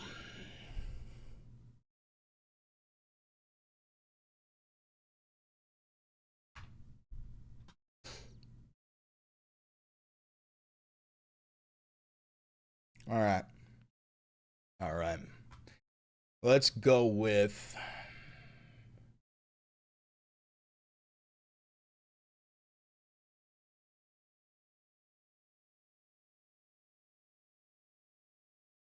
We gotta laugh at them.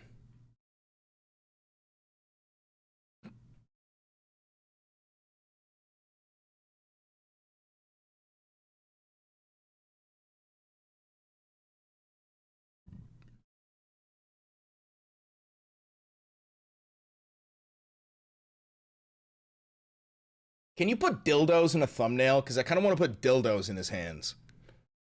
Does anybody know if I could put a dildo in a thumbnail? Probably not, right? Probably not. There's no shot I could put a dildo in a thumbnail. There's no chance. Yeah, there's no chance. What about the Bible and Mein Kampf?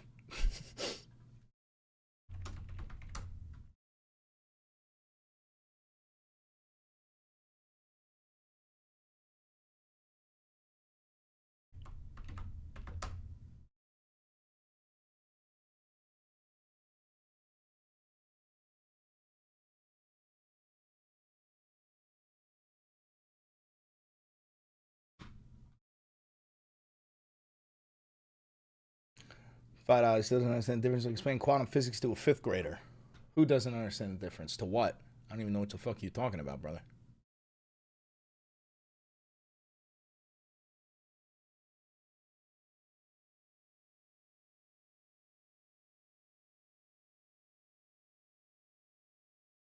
Blue Collar Socialist here. Much love, brother. Thank you, Colton. I appreciate you. Colton is a strong name for a blue collar worker. I like that.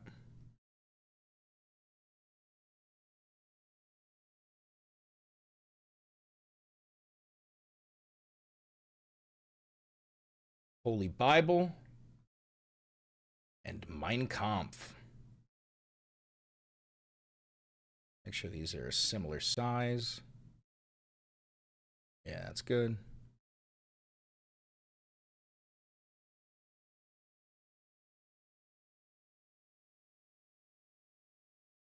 My name is also Colton. Strong name. Look at the super chat before that. I'm sorry. I tried explaining the difference between communism and socialism. This was after I told him I was a socialist from watching your videos. He still doesn't understand the difference. It's like explaining quantum physics to a 5th grader. No, see, the thing is, when you try to explain the difference between socialism and communism to somebody, they have to meet you at the table with a willingness of understanding. People over the age of like 50 are so propagandized that they refuse to even listen, right? In their eyes, socialism is communism, communism is slavery. Anything other than that is propaganda. It is way more difficult to reprogram a propagandized, fully grown adult than it is to point out the propaganda to a young, malleable, like 18-year-old kid who's still in the process of being brainwashed. Okay.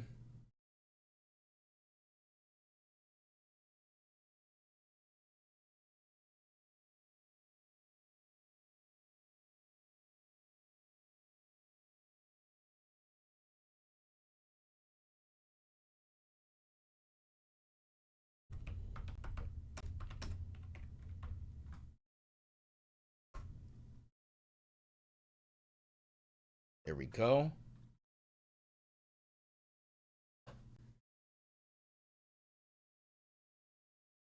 Actually, how about washed?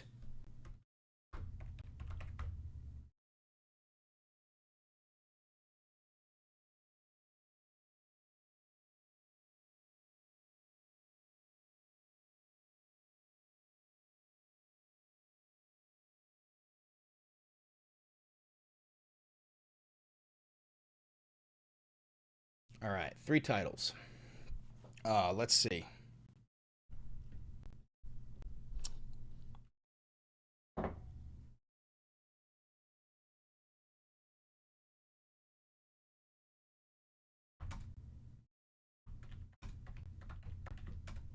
the most pathetic. No, you have to have search engine optimization in here. The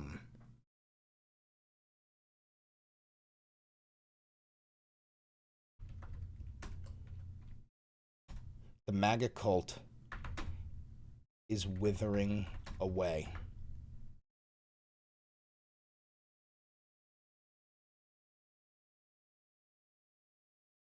The end of the MAGA cult is here. MAGA cultists finally realize how pathetic they truly are.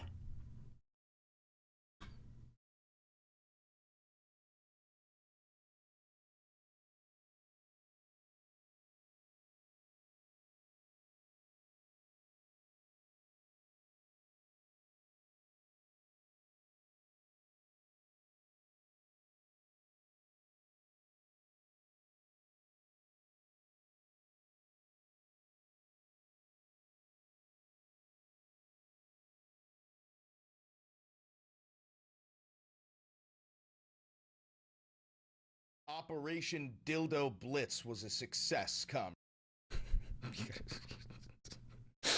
Alright, publish.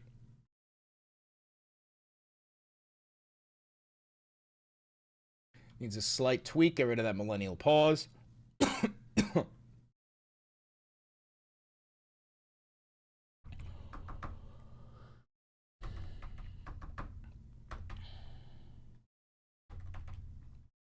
Operation Dildo Blitz was a success, comrades.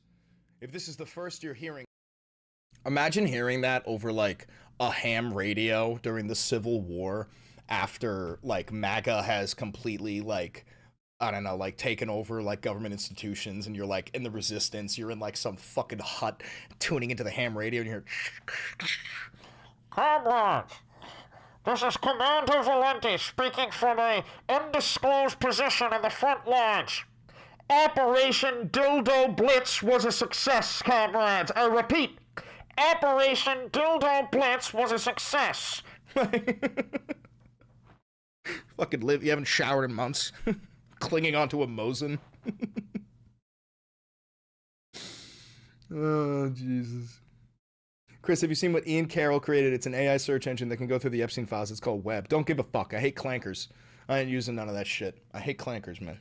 Hate them. Hate them all. All right, let's make an advertisement.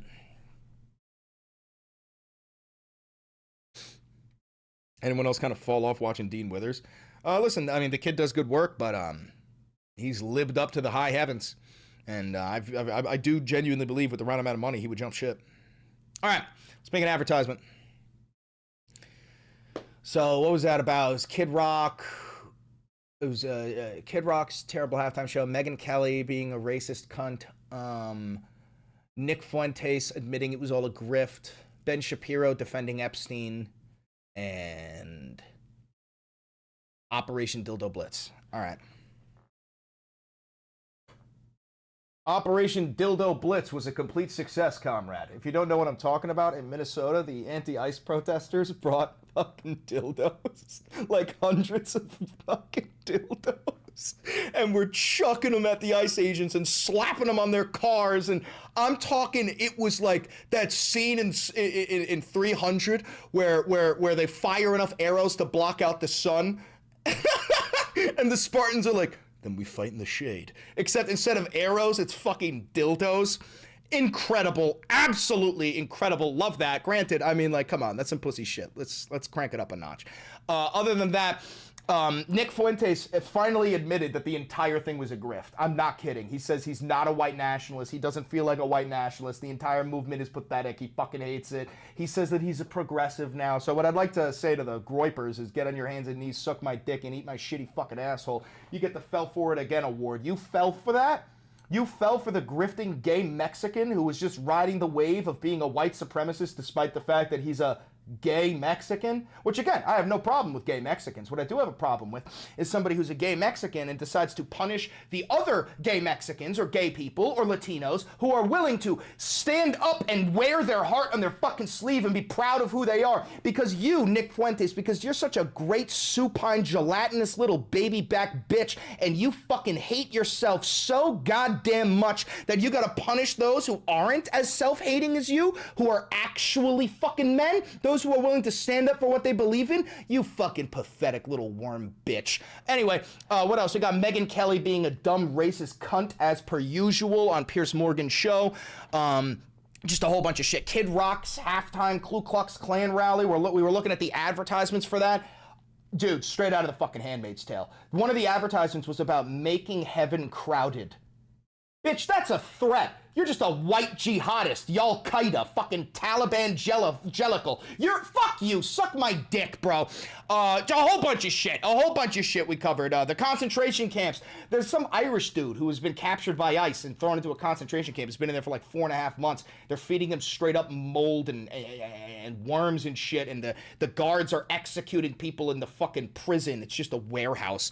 Yeah, a whole bunch of shit. And then at 7:00 p.m. will come out the video that we're talking about Cuba. Cuba is being starved the way that the Gazans are, right? And it's all because of the sanctions and the stranglehold that we have put on them. Newborns are being like stillborn, like it's terrible. It's terrible. The Cubans are fucking starving to death, and it's all because of us. Well, when I say us, I mean Donald Trump and his fascist dog men. By the way, Donald, you're a fat-bodied fascist with Alzheimer's. Suck my fucking dick. Yeah, new video available now. Second one's coming out at 7 to the public. It's available to members already. I love you. Go check out a new YouTube video. All right. I cannot put that on YouTube Shorts. That will get me in trouble. The way that I was bullying Nick Fuentes. That will get me in trouble on Shorts. So that's just going to go on the Instagram Reels. Operation. All right. New episode of the Valenti VOD.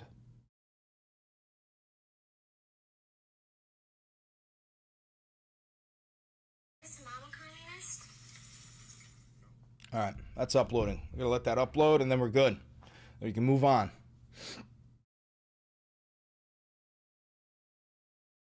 Let's hunt down and kidnap Elon Musk. He won't stand a chance against 1,000,000 of us. Oh.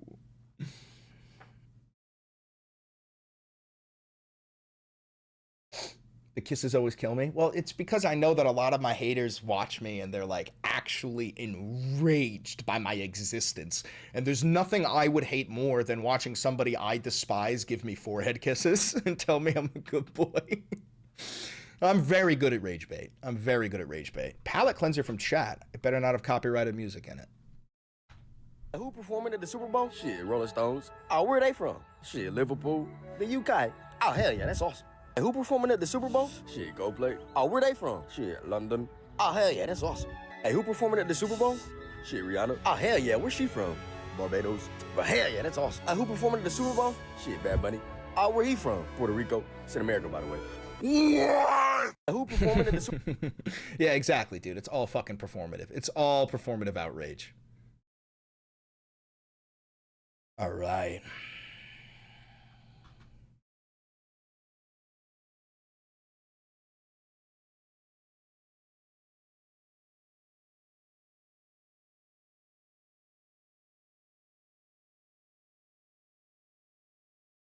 I want to see if Trump has posted anything else, anything new, anything crazy. Oh my God, it's the devil from the Bible and Lucifer from the Bible.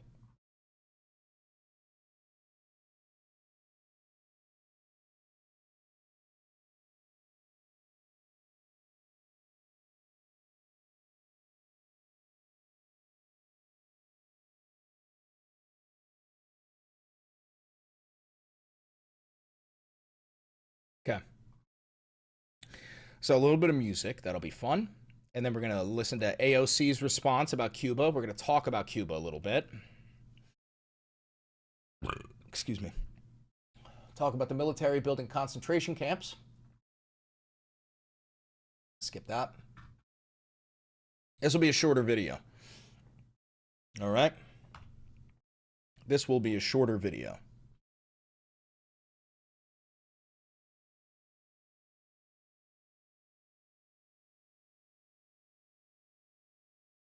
$5. I have to say, making Italians and Irish black again isn't how I thought the Trump regime would technically end interracial marriage. Bro, I've been saying for so long, make me a minority.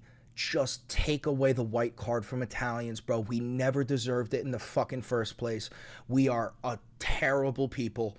Take away the white card. Treat me like a minority. Please, bro. I'm begging to be a victim. Begging to be ostracized. Oh, God. Throw us in the camps. Throw us in the camps, bro. Do you understand how annoying the Italian-American community would be if we were a minority? Do you understand what New Yorkers would do if you made Italians a minority? Think about the whitest New Yorker you know who's like, the fuck out of my face, the fuck out of here, I'm walking here. Now imagine him having the ability to complain about being a minority. I'll tell you this much, man. I lived in New York my whole fucking life. You know, us Italians, we're treated differently. We're treated like garbage. We're treated like second-class citizens, and I'm fucking tired of it. You know, I'm having my fucking gabagool, I'm having my fucking mortadelle, and these goddamn fucking fascist dogs, they want to take me, they want to put me on a fucking boat, they want to send me back to the Gnep. Get the fuck out of my fucking face. You would unleash an untamable monster if you allow Italians to be fucking victims, bro. You cannot allow us to be victims. You will never put that cat back in the bag. You will never put that cat back in the fucking bag, bro. The only reason you gave us the white card was because of how fucking annoying we were without it. It's the only fucking reason you gave us that card. Because goddamn, if there's one thing we know how to do, it's complain. It's complain. Take it. Donald, take my white card. Please. Please. Anyway, I'm going to go fill up my cup of coffee. Do you guys want an advertisement, or do you want to learn about fascism while I fill up my coffee? What do you want, advertisement or fascism? You are so good at this, bro. Thank you, man. It's because I'm violently addicted to attention. Ad lente coming up. Hey there, you! Yeah, you! You tired of your boring, plain old wardrobe? Do you want to stand out in the crowd? You want to make heads turn, jaws drop, and hearts skip a beat? Well, have I got the deal of the century for you? ValentiVideos.myshopify.com is here with the merch explosion that'll blow your socks off and change your life. Check it out. We've got exclusive gear from the cutting edge of fashion. T-shirts, hoodies, mugs, and much more that'll make you be thinking, well, hell, where'd you get that? And guess what? You can get yours right now with just one click. That's right. Don't wait. Act now, and you can be a proud owner of the hottest merch on the planet. Whether you're looking to chill out, stand out, or just feel like $1,000,000, we've got something for you. And hey, I know what you're thinking, but what about the price? Well, let me tell you, these prices are so low that you'd think we were giving it away for free. Now, get ready to rock the best merch in town. And check out ValentiVideos.myshopify.com for your destination to greatness. I'll see you there, friend. Hurry up. Chris Valenti Videos is not responsible for any sudden increase in class consciousness that may occur as a result of wearing this merch. If you find yourself beginning to deeply care for your fellow person, quickly continue to wear all products from Valenti Videos as your empathy grows. Drinking from Valenti Videos mugs may invoke a quiet sense of awe for the entirety of humanity as you decide to dedicate the rest of your living existence to the betterment of those who have less than you. Also, you may get a brief but meaningful stiffy. Please enjoy Valenti Videos responsibly.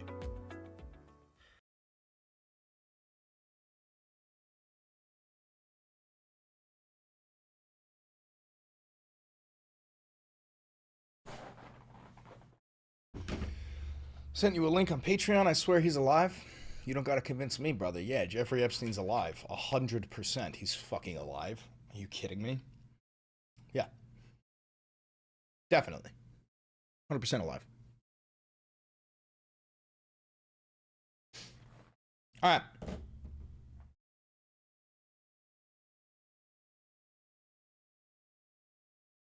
Which one is the one about Elon? I think it's this one. No, I like the slower version more. Hold on. Let's hunt down and kidnap Peter Thiel. Let's hunt down and kidnap Elon Musk. That's the one. That's the one. You never take away an Italian's gabagool. The only person who would take away an Italian's gabagool is a gabafool. All right. All right. Y'all ready? Y'all ready? We're just going to dive in. We're just going to dive in. We're just going to dive in.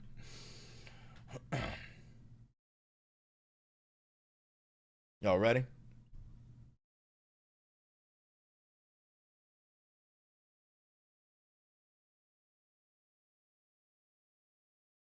Let's hunt down and kidnap Elon Musk. This is a song that I just recently heard, and I want you to listen to it. But don't worry, we also have news to cover. So Cuba is starving to death. We're doing what we did to Gaza, but in Cuba, and Israel's not involved this time. It's because of the sanctions that we're putting on them, and also the sanctions we're putting on Venezuela, and we now have a stranglehold over the Cuban economy.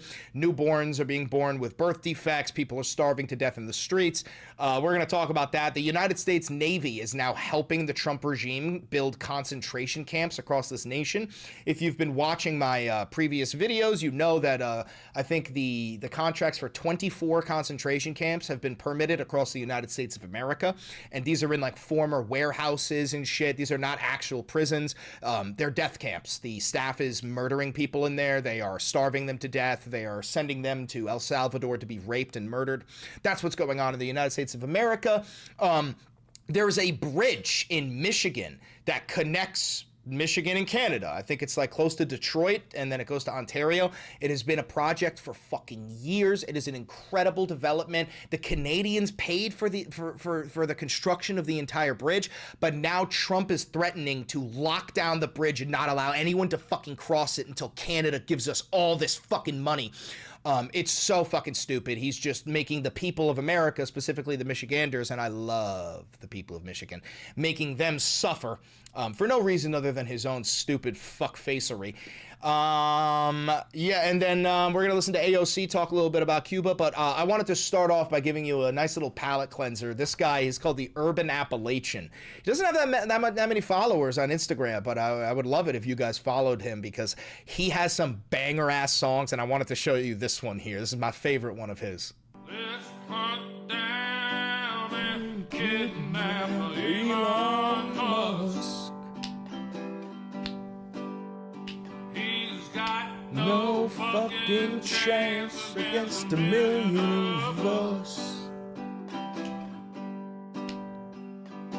Take him to a cave down in West Virginia, shoot farts in his face from a woman named Linda. Let's hunt down and kidnap Elon Musk.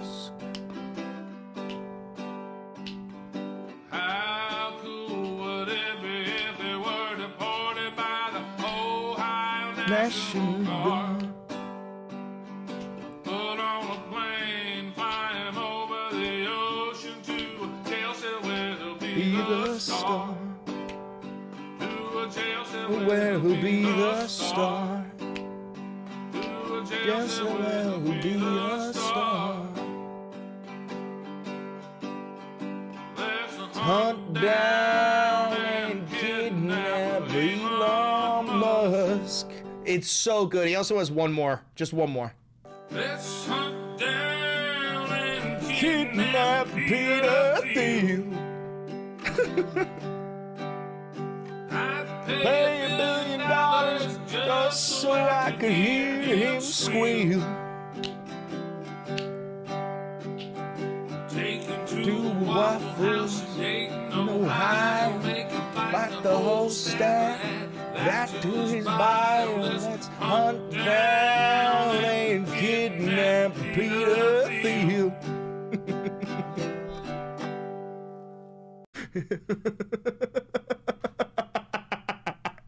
All right, okay. Hopefully that was a nice little palate cleanser. Hopefully that reset your brain a little bit, put you in a decent mood so that I could fucking ruin it. Okay, it's time to ruin your fucking mood. The people in Cuba are starving to death.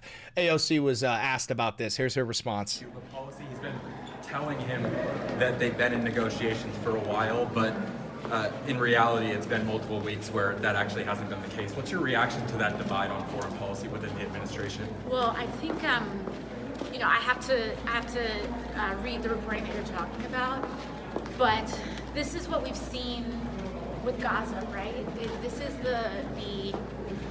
a new kind of MO. This is our modus operandi. Era of depravity opened up where there used to be, or there was this stated. Yo, AOC, by the way, you could fucking beat me to death, and I would thank you.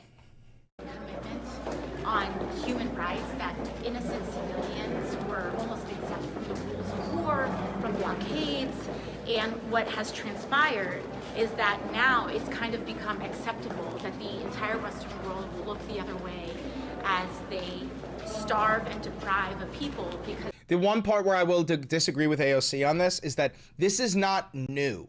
This is not the new modus operandi. It's not a new era of degeneracy. It's just that we've pulled back the curtain. We have always turned the other way to genocide. Fuck, we did that during the Holocaust, bro. For years, we were told from Europeans, yo, they're rounding up people and putting them in camps and exterminating us. And we said, bullshit, bullshit, bullshit. Only until the fucking Soviets actually made their way into those camps, then did we start to believe it. This is what we've always done. We turn a blind eye to the shit that we did in the My Lai massacre. We always turn a blind eye because as long as capitalist pigs are profiting off of the cruelty, it's okay. Because profit matters more than human life in a capitalist organization of the economy. They find political actors or political regimes in that country to be objectionable. And so what we are seeing here is the possible precipice of hospitals running out of fuel. You know, we're talking about innocent children, women that could be put in harm's way. And here's the thing though, AOC. You're correct. Innocent women and children putting in harm's way over the actions of like our government and their government. But that's the thing. When you talk to somebody like Marco Rubio or any of those like Cuban war hawks down in Florida who are working in the War Department, they do not think that there are any innocents in somewhere like Cuba or somewhere like Colombia or somewhere like Venezuela. They believe that simply by being in that nation, you are a threat to democracy, that just existing, being Cuban, means that you are a threat. You are an evil communist, right? They don't believe that there is such a thing as an innocent. Where did they learn that? The fucking Israelis. And where did the Israelis learn that? Us. It's the imperial boomerang. What do you think? Israel just spawned in knowing how to do that shit? No, we taught them starting in 1948, and then they mastered it, and now we send our people over there to learn from them. See, the Israelis believe that there are no innocents in Palestine. There are no innocents. They are all terrorists, and even the babies, they are future terrorists. That's what the Israelis believe. We have adopted that mindset when it comes to Latin America, that everyone down there is a future narco-terrorist. That's the mindset of the fucking War Department. So, again, I have to look at the details of the reporting that you're sharing regarding Rubio specifically, but I think it's incumbent upon all of us to defend human rights, no matter where. Period, period, period, period, period, period, period. All right, let's start looking at this. How the U.S. weaponizes starvation and aid in Gaza and Cuba. In both Cuba and Palestine, the United States is deploying its barbaric methods of producing mass suffering in order to bring about the political and economic submission. Now, we've talked about this before. There are 5 steps to a coup d'etat, and we will coup d'etat Cuba. We've wanted to coup d'etat Cuba for fucking decades, but what it says, so step 1, you label them as a threat to democracy. You could use words like dictator, illegitimate government, narco-terrorist, doesn't matter. You have to label that nation or that group as a threat to democracy. That is step one. Step two, you have to make their economy scream. That's the step that we're in with Cuba. And if you listen to these steps, you'll see that we've done this in Argentina, in Venezuela, in Colombia, Nicaragua, Iraq, Afghanistan, doesn't matter. Step one, label them as a threat to democracy. Step two, make their economies scream. Now, the best way that you do this is through sanctions. If their number one export is fruit, put sanctions on the fruit. If their number one export is oil, put sanctions on the oil, right? We put sanctions on the oil because they're on Venezuelan oil because they are Cuba is reliant on Venezuelan oil, right? Step three, fund the opposition. Right? Now, that could be a legitimate political party. That could be a terrorist organization. That could be CIA operatives embedded in the region. You have to arm and fund the opposition, right? Step four, you need to manufacture consent for U.S. military intervention. But that consent needs to be manufactured here in the United States of America. You have to convince the collective, the people of this, not everybody, but enough. You have to convince them that it is the American thing to do to get involved. It is actually un-American to oppose military intervention, that we will bring them freedom, we will bring them democracy, our soldiers will be welcomed with hugs and kisses and roses. Never has that happened. But you must manufacture consent, even if it's a just war. You know, World War II was a just war for us to join, but we still needed to manufacture consent for it. You saw all the posters, all the advertisements, the war bonds, right? Labeling people as un-American if they didn't support the war, right? And then the final step, step five, is U.S. military intervention, boots on the ground, right? We did that in Venezuela. We followed all five steps, successful coup d'etat. We now control Venezuela. It is now a vassal state, right? That is what they're doing in fucking Cuba right now. All right, let's read. Last week, the U.S. government announced that it would be sending $6 million in aid to Cuba on top of the $3 million it sent in January after Hurricane Melissa. By the way, this article was written today on February 10th, 2026. This aid package might appear contrary to the significant escalation of the 66-year-long U.S. criminal blockade, which has expanded to an all-out fuel blockade since December with attacks on Venezuela, but it is in fact a core tenet of it. This maneuver seeks to exploit the U.S. manufactured energy and fuel crisis to bolster opposition groups, substantiate propaganda against the Cuban government and revolution, and force the island into total dependency and submission to the United States. This frankly genocidal strategy closely mirrors that of the U.S. and Israeli, quote, Gaza Humanitarian Foundation, and the weaponization of starvation and aid for colonial and imperialist ends in both Cuba and Gaza. This deliberate strategy by the U.S.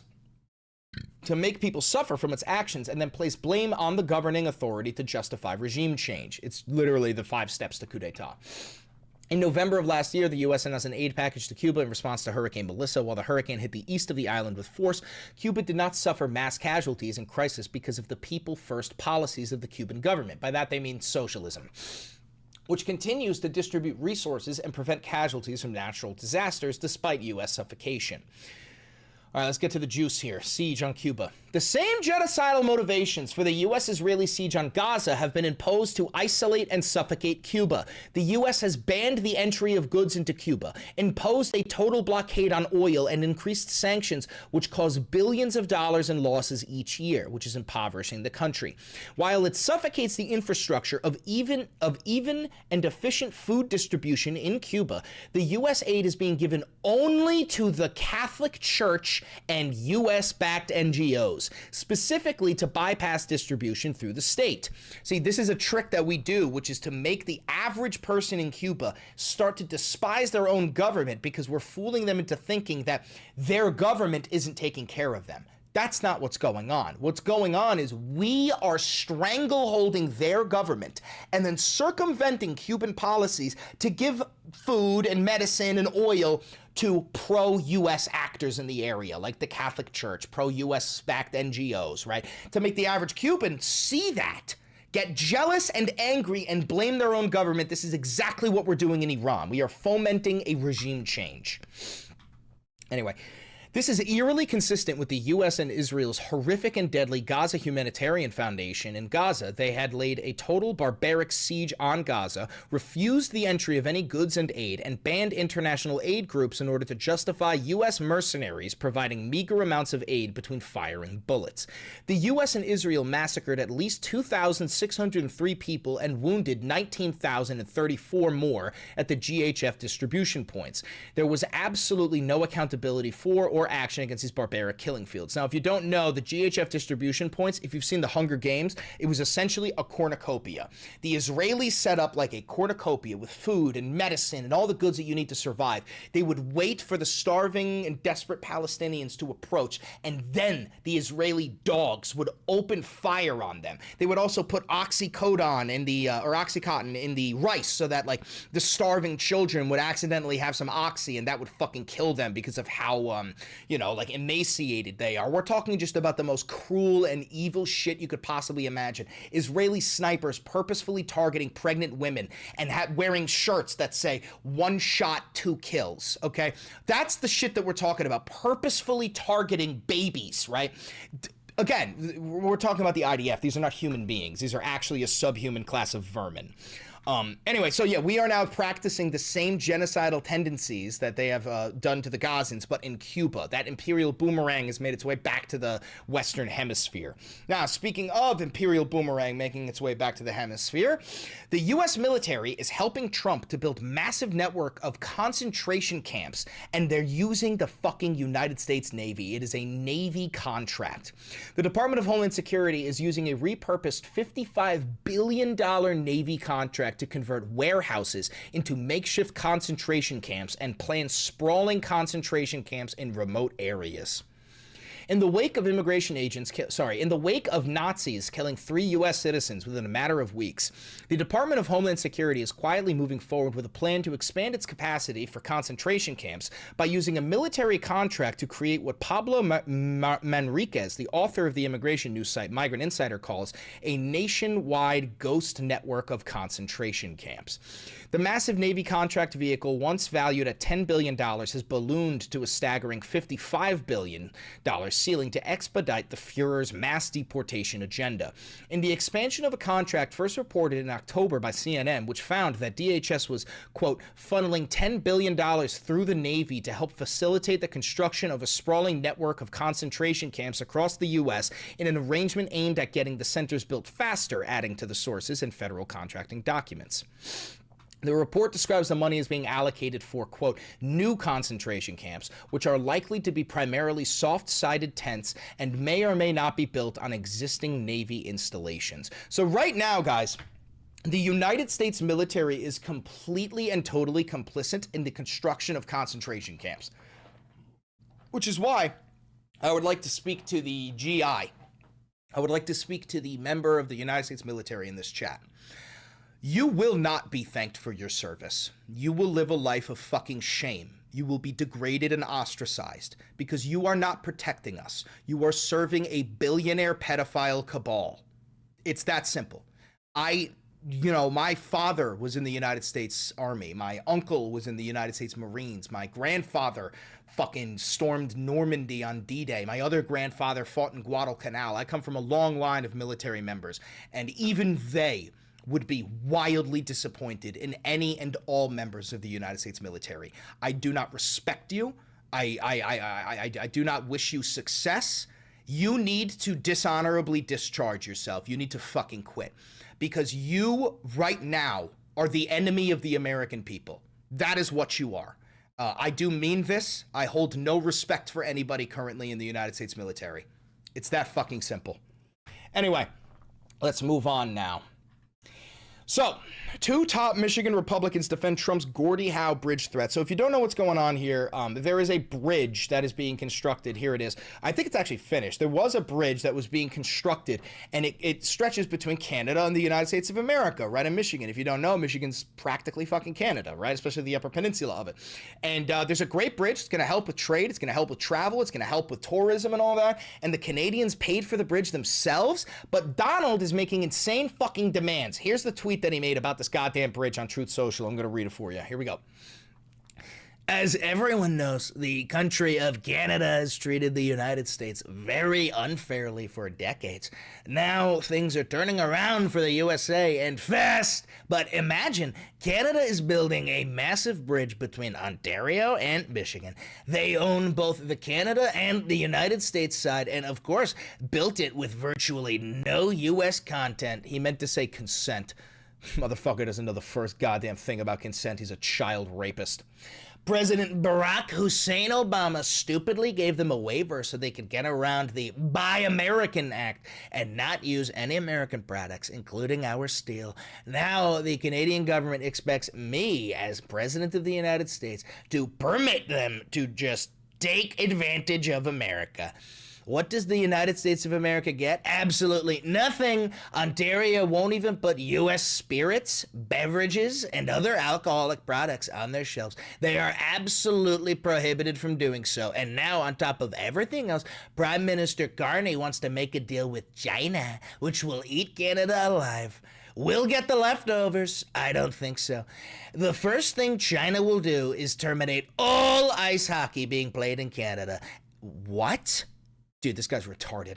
And permanently eliminate the Stanley Cup. The tariffs Canada charges us for our dairy products have for many years been unacceptable, putting our farmers at great financial risk. I will not allow this bridge to open until the United States is fully compensated for everything we have given them. Reminder, Canada paid for the construction of this bill in this bridge in its entirety.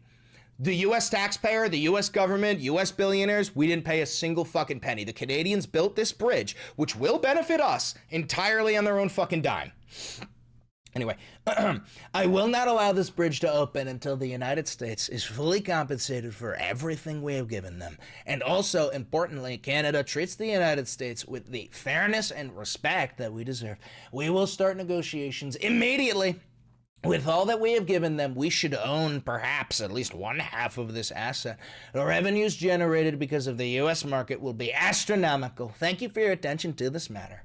So this fucking guy is practicing collective punishment on us now. On us, the American people. Especially you people in Michigan. It's like, guys, a bridge is good for business. It doesn't matter. You could do trade now across that fucking bridge. You can expedite shit. It is simply just good for business, bro. And this goddamn cocksucker wants to prevent anybody and everybody from crossing until what? What do you want to do? You want to put 2 tolls on the bridge? Instead of 1 toll, you want to do the American toll, you pay fucking $20 to America, and then the Canadian toll, you pay 20 fucking bucks to Canada. Like, what the fuck are you even talking about, you stupid, dumb piece of shit, fat-bodied, fascist, tangerine tyrant? Suck my fucking dick and decay a lot faster. Anyway. A $4.7 billion Canadian-financed project spanning the Detroit River between Detroit and northwest Windsor, Ontario, has been under construction since 2018 and is nearing completion, with the opening expected sometime this year. It will be jointly owned by Canada and the state of Michigan, so we already jointly own it. He just means the federal government doesn't get it. I want the federal government. With Canada providing financing for the project, according to the Windsor-Detroit Bridge Authority. Canada is expected to recoup its costs through tolls. The publicly owned span will compete with the privately owned Ambassador Bridge for tolls from commercial trucks under a 2012 deal that then Governor Rick Snyder struck with Canadian leaders. Michigan will jointly own the bridge with Canada, which finances its construction and is to be paid back through toll revenues. Trump's threats were roundly condemned Monday by Michigan Democrats who argued that stopping the bridge from opening would be detrimental to Michigan's economy, particularly its auto industry. And it will. I mean, this guy is so fucking petty and stupid, and he'll never face the consequences of any of his actions, that he genuinely believes that we're going to thank him for preventing businesses from crossing a fucking bridge into Canada to make more sales. You dumb fuck. You're destroying the economy every goddamn day, and now you're making petty fucking decisions to destroy it even more. I can't help. I have to say this again. Cancel me if you want. But if you support Donald Trump, you are clinically fucking retarded, dude. You're retarded. And I have no problem with people with mental disabilities, but like, bro, just admit that you're mentally unstable. Just admit that you're a fucking moron. You're a brain-dead troglodyte. Oh! All right, sorry. That's all I got for you. If you're here live, you stay. We got to make a thumbnail for this video. If you're watching this pre-recorded on YouTube, thank you very much for tuning in.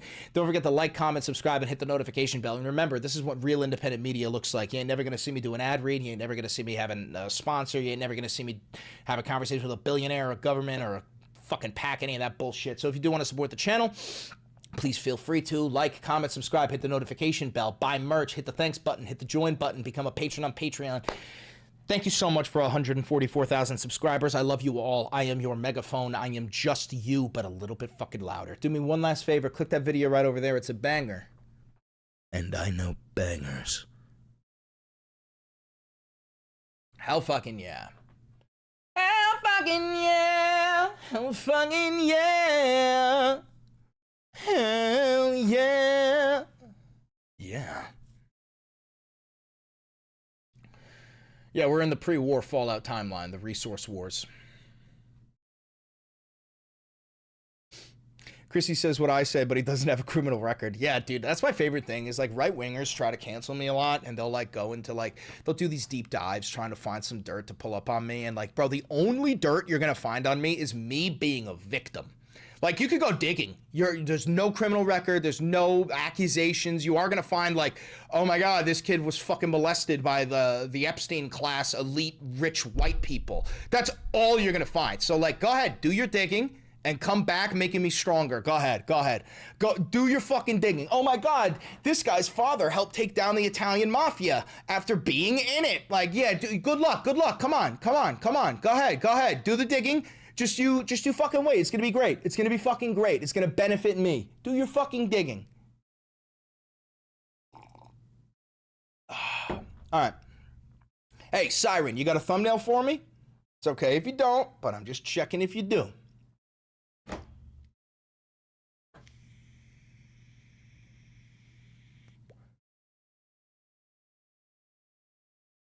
I wonder if Siren's even here. I got no idea. Why does Midas Touch use ads apart from being a team of people? Because they're hyper-capitalist, bro. Listen, I like Midas Touch. I watch them, but like, yeah, at the end of the day, they're fucking hyper-capitalist. They're not us. They're not socialists, bro. They're not socialists whatsoever. Those are fucking neo-libs. They fully support capitalism. Siren's probably too stoned to make a thumbnail. Yeah, that's valid. All right. This one's going to be easy. It's just going to be Cuba starving.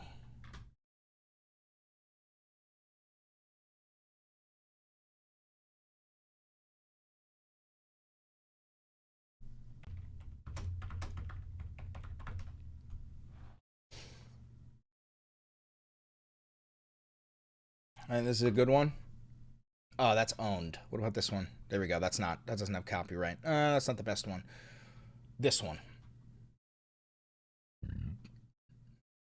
Excuse me. Episode 380. Are you going to collab with Endemic? Yeah, dude. I mean, hold on. Episode 380. Me and Sean are friends. That's Endemic's first name. I think he's coming, him and Triv and Peyton are all coming to New York this weekend. I'm going to try to hang out with them maybe for, I don't know, like a day or something like that. Unfortunately, I don't think I could have them come over here. I mean, they could come over here, we could hang out. I couldn't have them crash here. This place is too fucking small, and Luigi is too much of a cunt. I love that dog, but she's very fucking annoying. But they will be in New York. We're gonna fucking hang out. We'll do something together. We'll do something. Anything, really. There's not much for them to do here in terms of the resistance. It's not like ICE is going door to door yet. If they came back in a couple of months, I do think ICE will probably move hard body karate over the summer in New York. But regardless, I'm definitely gonna hang out with them. Okay.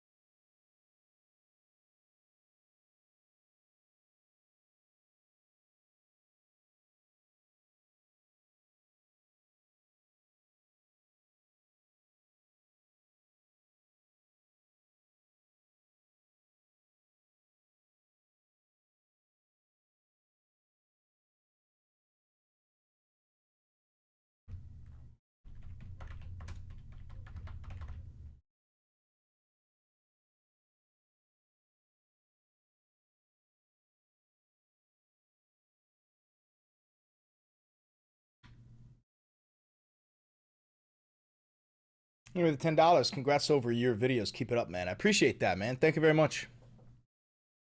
Thanks for being here.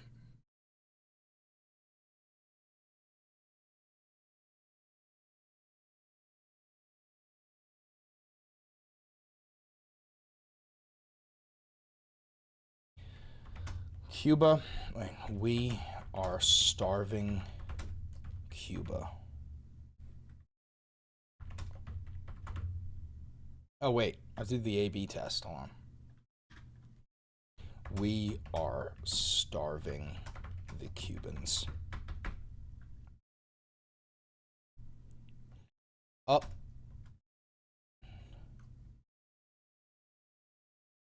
Next. Next up. Hold on. America is planning to coup d'etat the Cuban government.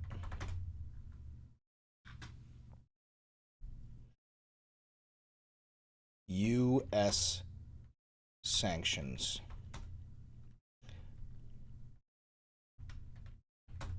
are slaughtering the Cubans.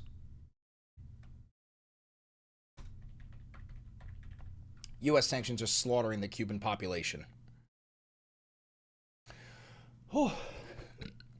€6. Have you spoken about the way children have been suffering in ICE concentration camps? More shit has come out.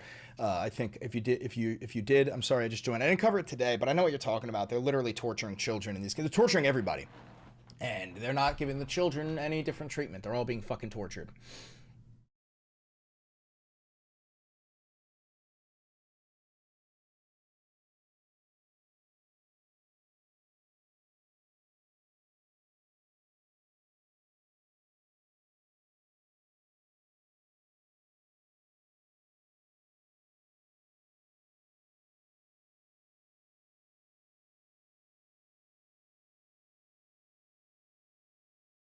Schedule for members only to public today, 7 p.m.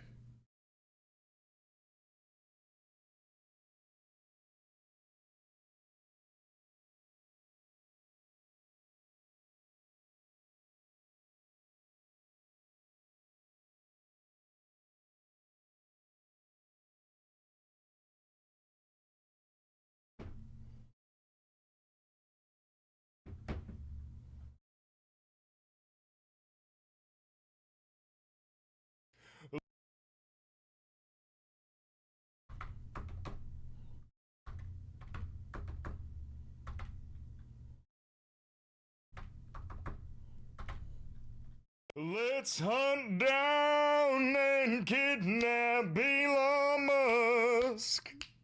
This is a song that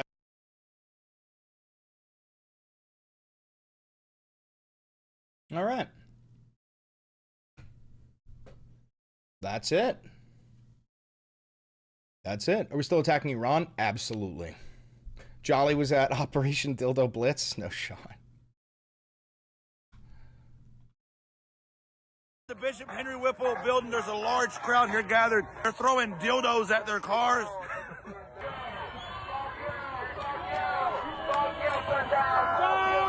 Eat a dick! Eat a dick!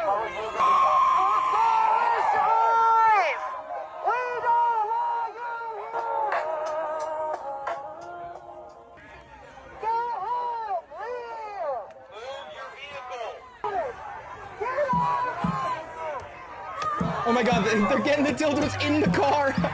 Operation Dildo in full effect. Oh shit. Dildos coming your way. Dildos. Dildos. Dildos. Dildos. It's raining dicks. It's raining dicks. It's absolute chaos out here at Operation Dildo Blitz. Oh, more dildos. More dildos. There's more dildos coming. It's raining dicks. Oh god, here we go. Operation Dildo Blitz in full effect. The cop's like, maybe I'm in the wrong spot. That's a high dick traffic area, sir. We got a dick stuck to the side of this squad car. Sir, put that thing away, goddammit. That's rude. It's indecent exposure. You know that. Wow, you're a dickhead. Yeah. Fuck ice. The people have erected quite the defense out here in Operation Dildo Blitz. They're showing some real balls. All right, the people here have taken over the street. We're not supposed to be in the street, but we've completely taken the street because, well, whose streets? Our streets.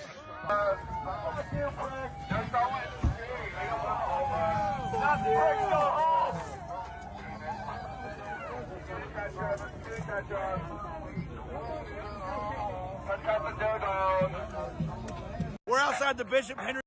That's so funny. That's hilarious. I love that. All right, guys. I think I'm going to call it. I got to go to the gym. I got to have a real day, you know, other than work. A friend of mine who used to support Trump asked me, how does he redeem himself? And I don't know what to say. Tell him he can't. Tell him he cannot and that he should stay silent for the rest of his life when it comes to politics because he has proven to the entire fucking world how useless and pathetic his opinions are. That his opinions are genuinely detrimental to society and we as a collective would be better if he remained fucking silent for the rest of his miserable fucking existence. Because he doesn't get to say, I was fooled. I fucking wasn't. I fucking wasn't. So you don't get to use that as an excuse, you dumb fuck. Save that clip and send it to him. Eat shit. Is it leg day for you, Chris? No, it is arms day. Yeah, Trump raided the GA office, like, Georgia election office, like, last week.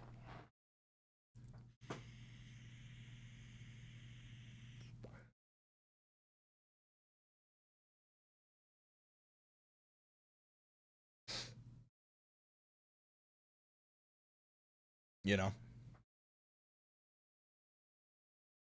All right, gang.